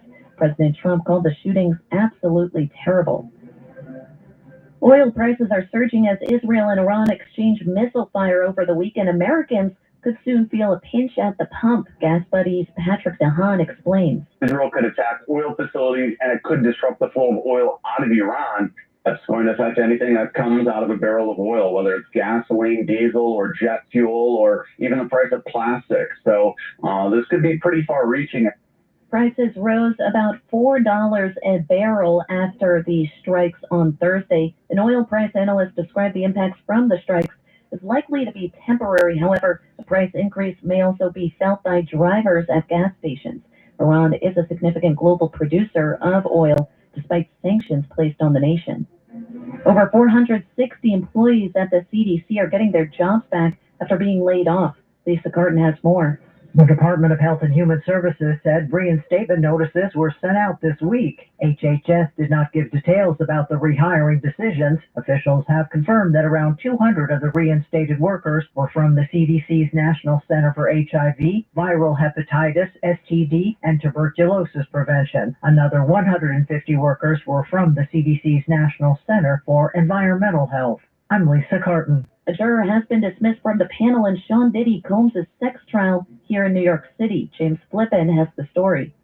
Apparently, the man in question, the juror, gave different answers when talking about his primary residence, so the judge said he had serious questions as to whether or not that person could follow instructions. Court adjourned for the week following testimony Friday, which included that of a former personal assistant for Combs, detailing what he referred to as king nights at hotels and at Diddy's home in Los Angeles. Meanwhile, Kanye West was briefly at the courthouse in support of Diddy Friday, but left before actually entering the courtroom. Combs has pleaded not guilty to sex trafficking and other charges. James Flippin for 77 WABC News. In other trial happenings in the headlines, the jury is deliberating in Karen Reed's murder retrial in Massachusetts. Correspondent Emily Akeda was at the courthouse in Dedham. Her defense alleges that there was no car collision and says that in their closing arguments, they will try to prove what they call there was a faulty and deeply flawed police investigation. Reed is accused of hitting her Boston cop boyfriend with her SUV and leaving him to die in a snowstorm in 2022. The defense says Reed is being framed by the police for the death of John O'Keefe. Deliberations will pick back up again on Monday. Look up in the sky, it's a bird, it's a plane, no, it's window washing robots. Lisa G reports. The system is known as Osmo, and according to the company's president, the window washing robots are safer and faster than human skyscraper window washers. They have long mechanical arms that sweep back and forth with scrubbing brushes. The New York Times reports that window washing by humans has a high turnover rate, with 35% of window cleaners lasting only a year on the job. The robots, by the way, are controlled by a human on a roof, and another person needs to be on the robot's scaffold while they work. Lisa G, 77 WABC News. Now your forecast today, it's going to be cloudy with a high of 69. Right now, 60 and cloudy outside our Midtown studios. I'm Les Radabali. Remember, the news never stops at WABCRadio.com. Listen to this podcast now on the Red Apple Podcast Network. Cop Talk with Captain Ed Mametz and Detective Kevin Schroeder. Bob Ganley, in regards to retention and recruitment, what would be your recommendation? Well, the biggest recruitment problem, retention problem might be the salary, right? You look at surrounding areas, everybody pays more. They don't work as much as we do.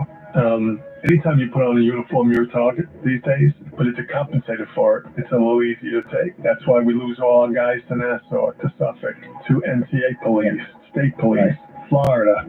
You know, people want a different quality of life. It's very difficult to be a police officer. But if you raise that salary, if we go back to where my union hat and my management hat, you know, I understand that. If you raise it for police, everybody else can knock on the city's door and say, you got to raise us too, because that's been the standard forever. Download all of Red Apple Media's podcasts right now through your favorite podcast platform.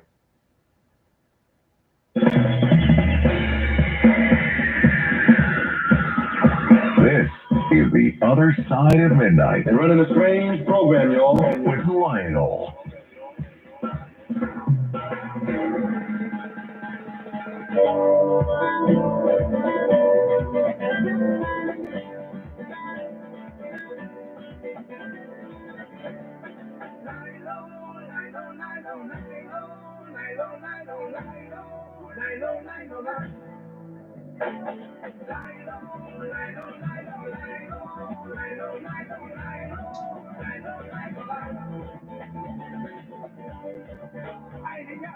Alrighty, along with you, hour number 2, and thank you for fixing this mic. It's only turning it the other way. See, but I don't have that engineer mentality that you have. I don't think like an engineer, so thank you for that.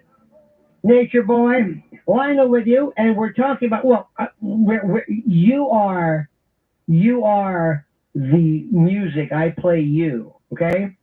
What's that, a Neil Diamond? Sounds like a Neil Diamond song. I play you, I am wind, whatever. We're talking about a host of subjects. I think overnight, people love to tell me, you know, sometimes I can't sleep at night, so I listen. Well, I appreciate that. So I don't want to bombard you with stuff that's going to make you angry, so I tell you irrelevant stories about my life.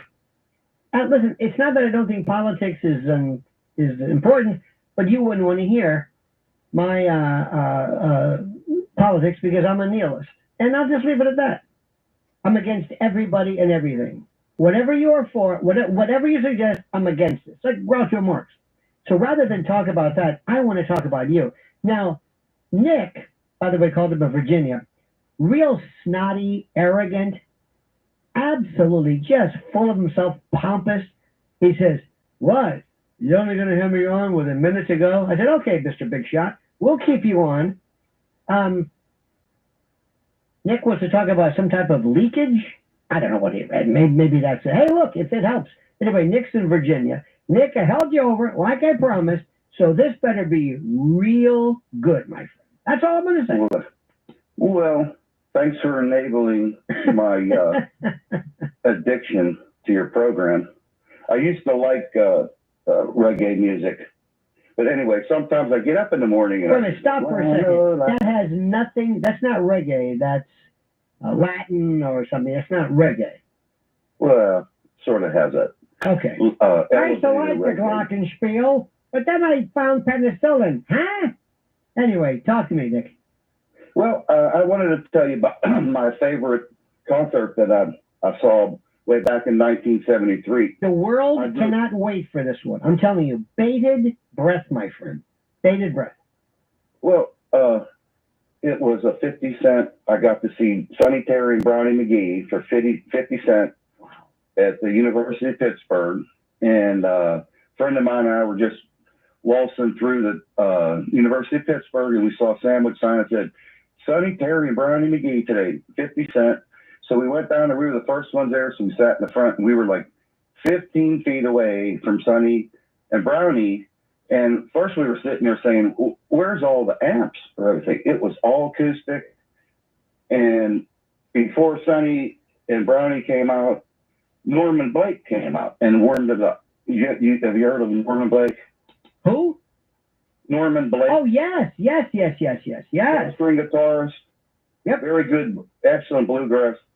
Well, he's, young Norman Blake, and he said he was driving around in his pickup truck, and Sonny and Brownie had the same thing. They were just driving around the country doing concerts. And about 2 weeks before that concert, I bought Sonny and Brownie's album. They had the same clothes on the front that they had on the front of that album. One word. Same clothes. Riveting. So these guys were so real, and I think after that show, you could have walked up. I was afraid to walk up to them, but you could have walked up to them and invited them over to your house. I think they would have came and over. Probably, hey, listen, Nick, that was worth the wait. Thank you, my friend. You're welcome. All righty. I've got to make the Brownie McGee stories. Right now, as he speaks, Riff is saying, I don't know anything these people are talking. I don't know what they're talking about. They make references to people, the callers, them, pagers. I don't know who these people are. I'm in a time warp. I'm telling you, get to the edge. It's true. It's true. You'll find yourself like most people. Oh, look at, let me just give you an idea. So far, just three of the people online. Pete in Staten Island wants to talk about playing pranks. I mean, I don't know about you, but that attracts me. Mark wants to talk about playing pranks on elementary school secretary. There you go. See, we're onto this. The whole idea of the prank. And Jay says, My female dog goes nuts when it sees another female dog. Let me ask you something. Does Emily Campagno do that? No. No. That's the kind of riveting stuff we're talking about. You may say to yourself, wait a minute. Is this interesting? I think to myself it is.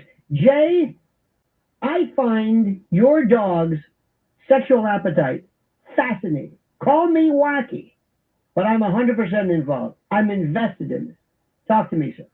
Thank you, Lionel. Well, I don't need my dog Pee-Pee is 1 year old. Oh. She's a female dog. She's a bitch. So, yeah, so when she sees this new female dog in town, she goes nuts. Mm-hmm. So I want to get another dog whisperer. I need a dog psychiatrist. You did a Caesar Milan. Yeah, is she lesbian dog? What I got? If she's arguing, not if she's barking at a woman, female dog. You think she would be attractive? She goes nuts. She wants to sniff. Every time we talk, it seems like invariably, no matter the topic, could be anything. Yeah. You know, the Bill of Rights, the Magna Carta, Bob Keeshan. You always talk about dogs sniffing each other. I love to sniff my girlfriend. Okay, there you go. All righty. We are off. Ladies and gentlemen, this is, you got to understand something. You might say to you, do you have any kind of screening procedure? No. That's golden. That is golden. I'm going to have on some kind. You know what? Watch this. Hang on a second. Let me talk. Let's see what ChatGPT says. Why do dogs sniff each other when they meet? Okay? And you've heard the jokes too. Your dogs will do certain things to themselves. You know that. You've heard that joke. You know, they'll lap themselves. And you know why, right? Remember the old joke is because they can, right? No, because they can't make a little fist with their paw. You see, that's the answer. Where's that rim shot? Where's that machine? Now, here's something which is so interesting. Now, let me explain something to you, all right? Listen to me carefully. Let's see what our friend ChatGPT says about this, all right? Listen, and don't tell me you don't learn anything on this show. Don't tell me that you don't know, okay? Listen to this. Here we go. Dogs sniff each other when they meet because it's their version of Facebook, the FBI, and a dating app, all rolled into one wet nose. Tell me more. Here's what's really going on. Okay. When they're gathering intelligence, a dog's nose has up to 300 million scent receptors. Pay attention, Griff. Pay attention. Wow, you're friends, all right? Compared to our measly 5 million. Ah. When a dog sniffs another's rear end, it's accessing the anal gland. There you go. Which secrete a unique chemical cocktail loaded with sex. Yeah. Male or female, neutered or not. Mood, nervous, dominant, sick, excited. See, nervous. And you know what makes people nervous? The fact that you're going up and sniffing people. See, this is the thing which I find so interesting. You know, we don't have pheromones. We don't have scent. We're always kind of getting rid of them. Except for that woman. Remember there was this commercial a while back. What was it called? Lumi, Ludi, Lumi, Gloomy? Where you don't bathe for like a month. Back crack and sack. Remember that was terrible, but it's like you was like, hi, you don't need to. It's like, hi, I'm a gynecologist, and you can spray this on and not wash your nether regions for weeks. Of course, cats will follow you, but aside from that, and I kept wondering, why does anybody want to do this? Why don't you just bathe? I can see maybe if you're on a hunting trip, but that might throw off scents or whatever. But this was remember this, every commercial, especially anything on AM radio, everybody had this. Hello, I'm Dr. Conrad Mazowitz, and you don't need to bathe. Just like years ago, tinnitus. Remember tinnitus or tinnitus? It was the biggest thing. I've got this tinnitus clinic. God, this is terrible. Restless leg syndrome. Restless leg. Oh my God, I think I've got it. Johnny legs, they called it. And then it just went away. Just went away. We don't have these problems anymore. So we need to have, how about they have every now and, this isn't funny, but sometimes we'll say, if you've been a patient of urologist Dr. Hamilton Splitkin, call me. There may be a monitor saying, what about him? Did he do something? Yes. Call me. Like one guy. If you've been a patient of his, call me. And I thought, wow. Or people would say, were you in New York on 9/11 around here? Yeah. Call me. All right. What about just call me? Well, how long? I mean, I've been there. That's okay. Call me. Have you been injured? Do you want to be injured? Call me. Have you thought about being injured? Call. These great commercials. I love them. But we're not really sure. It's like, what exactly about them do you want me to call you for? Just call me. Sometimes you see on TV, ask your doctor about Resemblabar, whether it's appropriate. What is it? I don't know. Call your doctor. Hello, Dr. Murphy? Yeah, hi, Matt Placer. Listen, Resemblabar. It's an estrogen. Oh, sorry. They told me to call you. There was an ad one time on Route 3. No, on the Turnpike. Stand-up MRIs. You don't have to lie down. You can stand up. What am I going to do with this? Dr. Splicker, yeah, Matt Blazer here. Listen, don't bother you. How about stand-up MRIs? What? I don't need an MRI? Okay, but if I ever did, could I get to stand up? Yeah. Well, there's an ad on the Turnpike. It told me to call you. I'm right, I'm calling. So listen, if I ever get one, you promised me it'll be the stand-up one. Yeah. And by the way, Resemblabar. Have you rethought that one? Why am I supposed to call these people? Doesn't the doctor do that? Maybe it's me. Mark in Aurora, Illinois on WGN. Mark, this is going to be a laugh riot. Mark, you're on the Lionel Show. Let me try this again. There we go. Mark, I don't know why it's not. Why is it not working? That's line 4. I'm sorry, because I'm hitting the wrong. Oh, there's 2 marks. Aha. Okay. There we go. Well, it was actually my middle school back in 1972. The announcement lady apparently gave the drama teacher the impression that she was so into the text of an announcement that she wasn't paying attention to what it was saying. And what made the prank easier to pull was that we had a girl in the school whose last name was Andrews. So the drama teacher listed a bunch of students that he wanted to come to the auditorium for a brief meeting. And the list ended with and Becky and Julie Andrews. Mm-hmm. And the announcement lady read this with a completely straight face. And everybody in the school was laughing because, of course, Julie Andrews isn't going to attend our school. You know, Julie Andrews as in Mary Poppins. The hijinks. It's getting her to read that name. The ribaldry, the absolute, the guffaws, the cachinnations. You took us there. Yeah. Thank you for that. Again, say that one more time so we can relive that. Tell us again. The punchline. Well, the announcement lady apparently didn't always pay attention to her text. Right, I didn't say tell the story again. Just tell. Named Anders.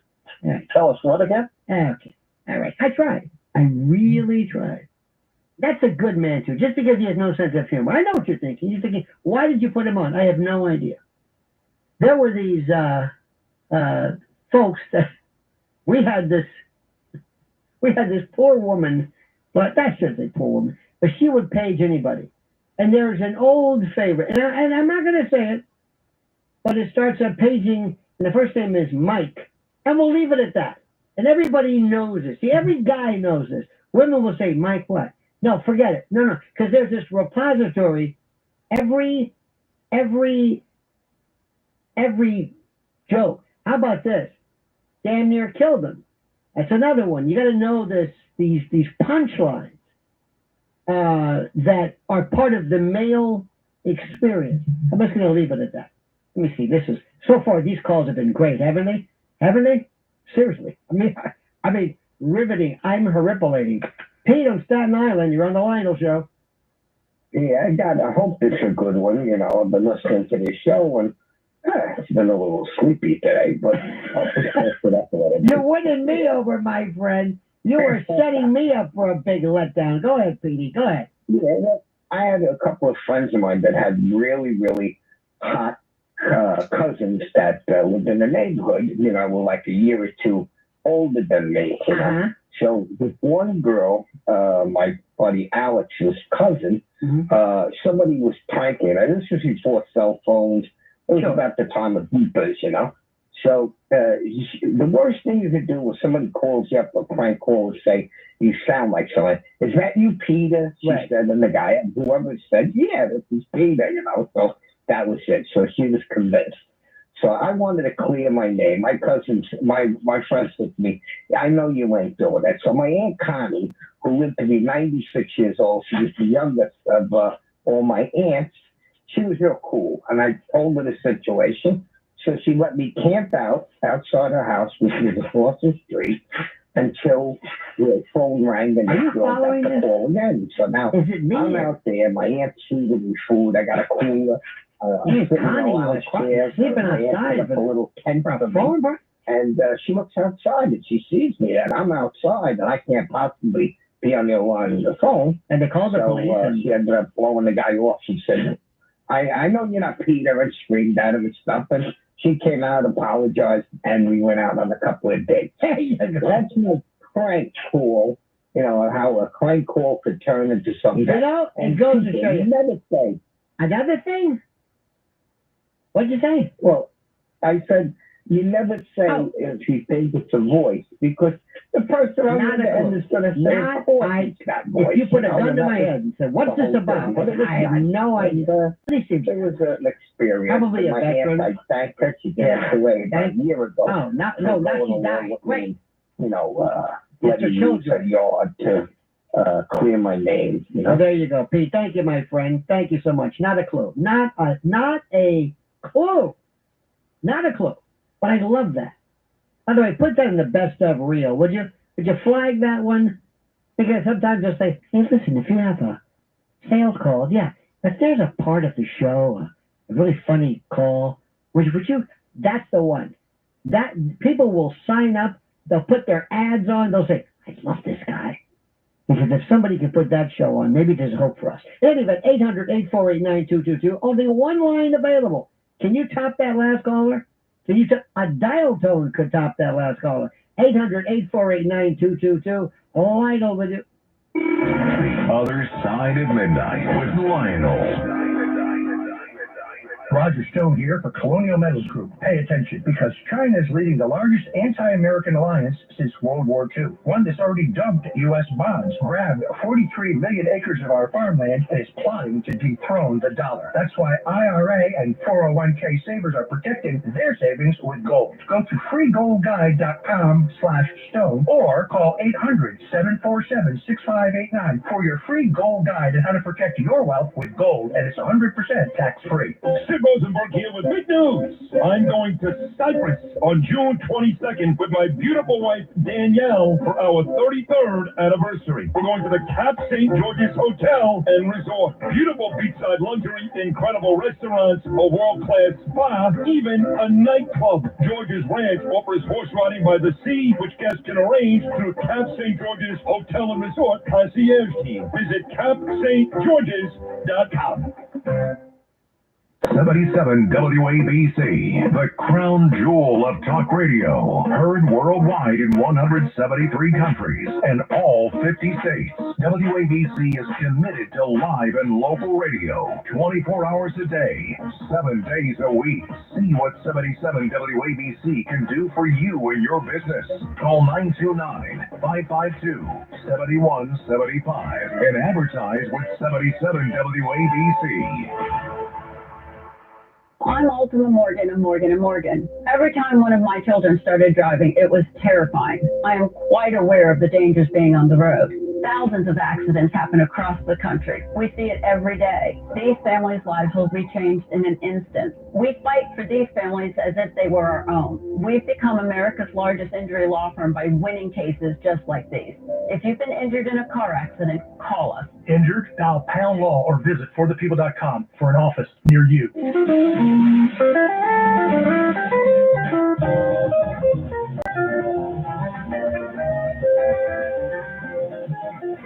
It's the Other Side of Midnight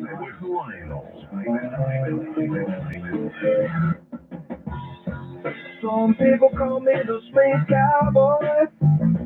Yeah. And what is the pompatus of love? Call me the gangster of love. What is a pompatus in the first place? Some people call me Maurice. The speak with the pompatus of love. You ever hear that one? Yep, pompatus of love. This was huge. Jet Airlines. Steve Miller was phenomenal. He was Paul McCartney's favorite guitar player. You know that? You probably didn't. But friends, we are talking about everything and anything. The last caller was, I think, I don't know what the word is. I'm trying to think. It's hard to put into perspective. Riveting doesn't really do it. I think it's stultifying. That might help. Brian, you're on the Lionel Show. Lionel? Yes, Brian. I'm sorry. I don't know the world I'm living in anymore with these callers and everything, but I love them. Those are my people, and excuse me, I love them. I love them, and I need them, much like yourself. So thank you. I know, and I used to call Curtis, and you got the same spirit. You're like a kindred spirit with Curtis. Are you friends with Curtis? You seem like a kindred spirit with him. I hate his guts. I despise him. Don't ever mention his name again. Okay, I just called because that was a joke, of course. You know that, but he might think I'm a songwriter. That's one of my side I do. Do you have any of your songs available? Do you have anything you like? You play an instrument? Right now, yeah. Oh, please. Yes, please. Absolutely. All right. I hope you can hear over the radio because I don't have technology. It's just a little. Hold on one second. Who needs technology? Hold on one second. I'm holding on. We can't wait. I remember you from WPIX. You're the one. Thank you, my friend. Let's hear it. Here it comes. Here it comes.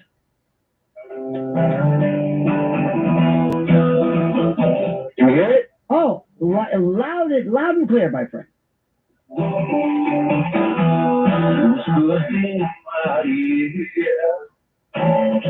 Break the silence. I like it. Oh yeah, Zappa overtones. We live a simple life. There we go. I'm feeling the soul. Say Bobby Goldsboro meets G.G. Allen. Oh, the yodel? I love that. I don't like the way the sound kind of fades in and out. It's like a lesson in a weird way. Yes, sir. That is incredible. That's the voice of a generation. That's not a song. That's an anthem. Oh, wait. I got more. Oh, please. We got more than a reason. Okay. Make it through the 800-848-9222.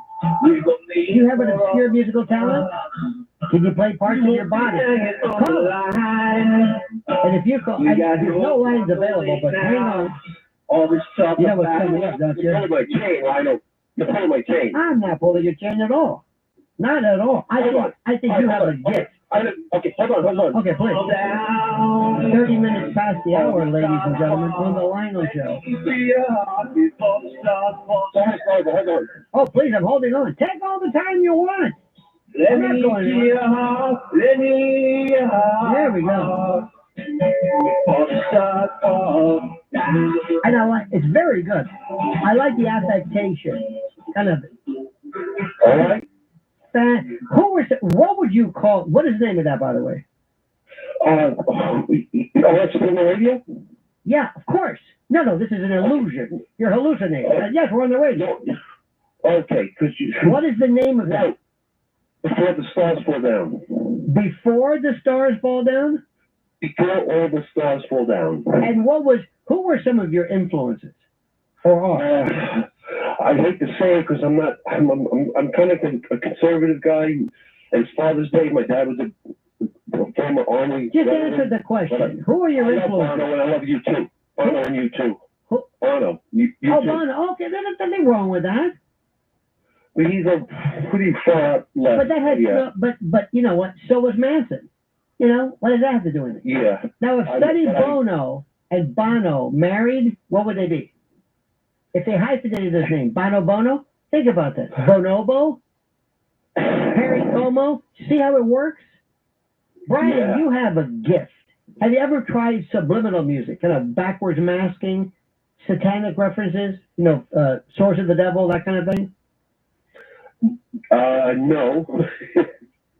Well, I thank you for that. Brian, seriously, you are, I would say, it's hard.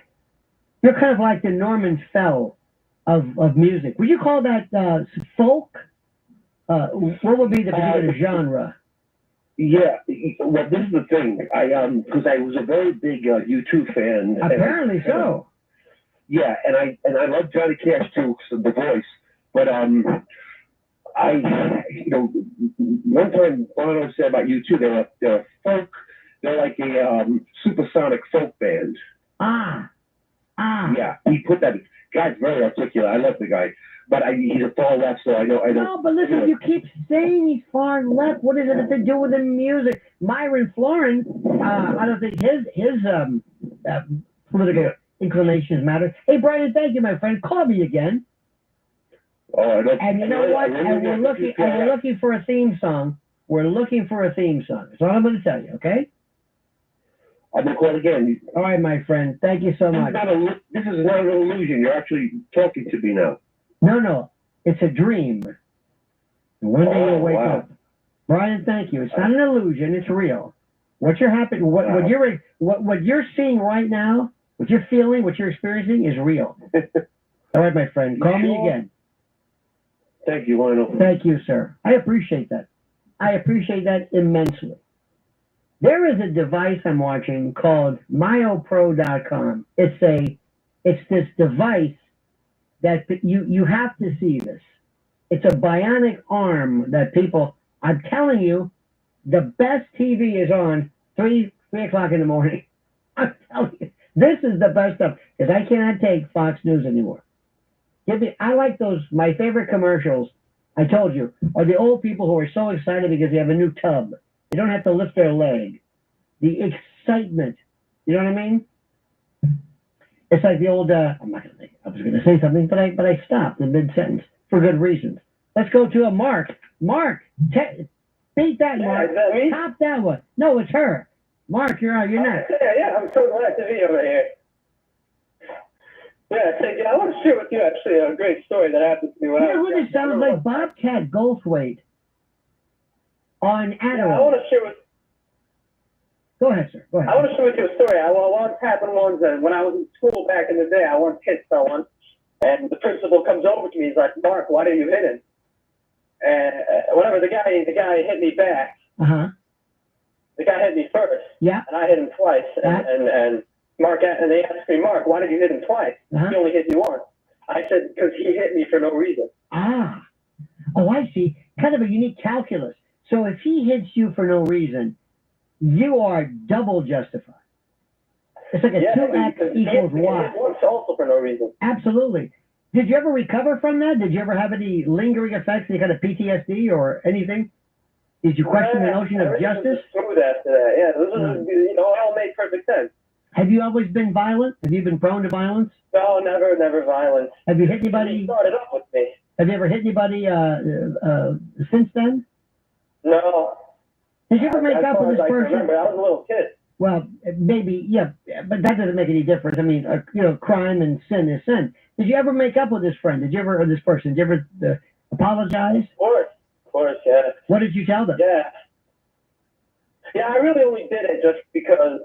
See, now you're kind of backtracking. I think you knew exactly what you were doing, and at the time you were proud of it because when you first called, the tone of your voice was, "Listen to me, I'm a badass. I hit a little kid twice." Right? Am I right? No. I wasn't coming because now you're changing the story. It was a great line that I had. See, now, and it was a good line. I think it's a pantheon of lines like "Go ahead, make my day" or that kind of thing. Yours is up there. Tell us the line again. Because I hit you twice because you hit me for no reason. Tell me again. Take us back. Take us back to that event. Say it again. I hit you twice because you hit me once for no reason. Okay, now do it again, but this time with a Viennese accent. No, I can't do the Vietnamese accent. I can tell you one more story. Or Vietnamese accent in your case. Go ahead, sir. Please tell us, Mark. We I can't remember one wait. time when I was a kid. I remember one of the teachers comes over to me and he's like, "This is way below your age. You're already 11. This is way above." And I said, "No, I think that an 11-year-old could do this. You have to be 12 to not do this." Mark, you have a wit. You have a wit. Yeah. Sandy Barron, move over. I'm trying to think. It's a cross between Stanley Myron Handelman and Charles Aznavour. Kind of in an amalgam, if you will. Let's go to Mucus. Mucus in Manchester, UK. The subject is Revelations after reading Ezekiel. Get ready, friends. Don't try this at home. Remember, I'm a professional. Mucus, you're on the Lionel Show. Brother Razzle, you're feeling the vibes tonight. I'm just feeling the angels flapping on you. Thank you. Mucus, tell us about you. Tell us about yourself. So there's a lot to tell. I have a very long and interesting life story, beginning from my mother's womb to when I went boom, and obviously with a lot of vomiting in between. Yes. But obviously the interesting part. So I was dozing over my Ezekiel, my head laying over the transcendent spiritual realms I could feel. You know when you read the words and you just feel. Oh, absolutely. You feel those cherubs flapping above you. Exactly. You feel, if only I could lift my hand up, I could grab an angel by the ankle. Mucus, get that, don't you? Mucus, stop for 1 second. You are actually, by virtue of the particular timbre and the your loquacity and the facility by which you explicate and expatiate your thoughts, you are indeed from Manchester. I should write a gospel, shouldn't I? I should be writing a gospel, shouldn't I? I think so. You are calling from Manchester, UK? I'm just curious. Manchester, UK. So that the spiritual energy there is just amazing. So it was happening. I was going through my Ezekiel, the story of the whore of Babylon. Of course. And I was dozing over it, and you start feeling the energy coming down as you're sitting over the holy book, and all that dribble's coming out. You're sleeping. The child's nagging you. Mucus, can I ask you a favor? I saw the ark. Mucus. And inside the ark. Okay. May I ask you, first of all, the etymology of your name? Go ahead. The mucosal reference of your name. Where is that from, sir? So basically, in the Book of the Mormon, chapter 3, there's the Mucus Martian who descends from on high to reveal the secret of the impurity which rests in between the left toe. Okay. The big one. The big one. Is that the hallux or the pollux? I always get confused. That's the source of the noxious vapors which emit from the toes of people who haven't ritually washed themselves.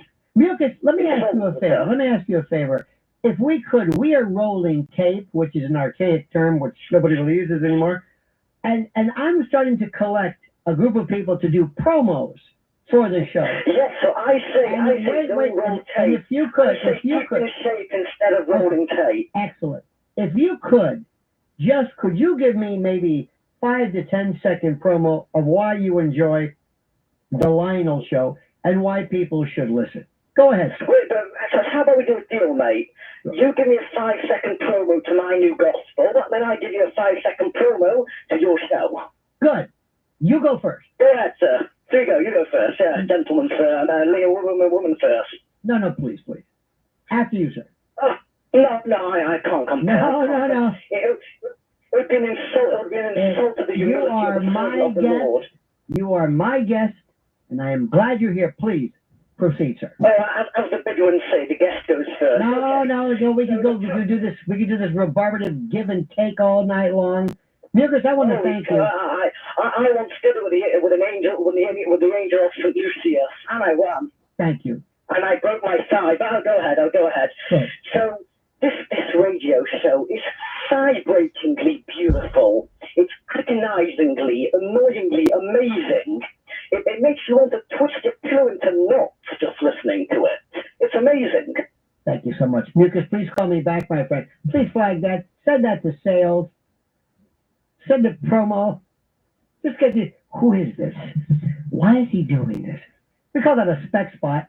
We're having some kind of fun right now. Let's go to George in Queens. Get ready for this. By the way, lactating mothers and people with pacemakers should consult their physicians before getting a load of this one. George, you're on the Lionel Show. Hey, Lionel, how you doing? I can't top mucus, but I gotta top mucus. It's 1964 World's Fair. Yeah, wow.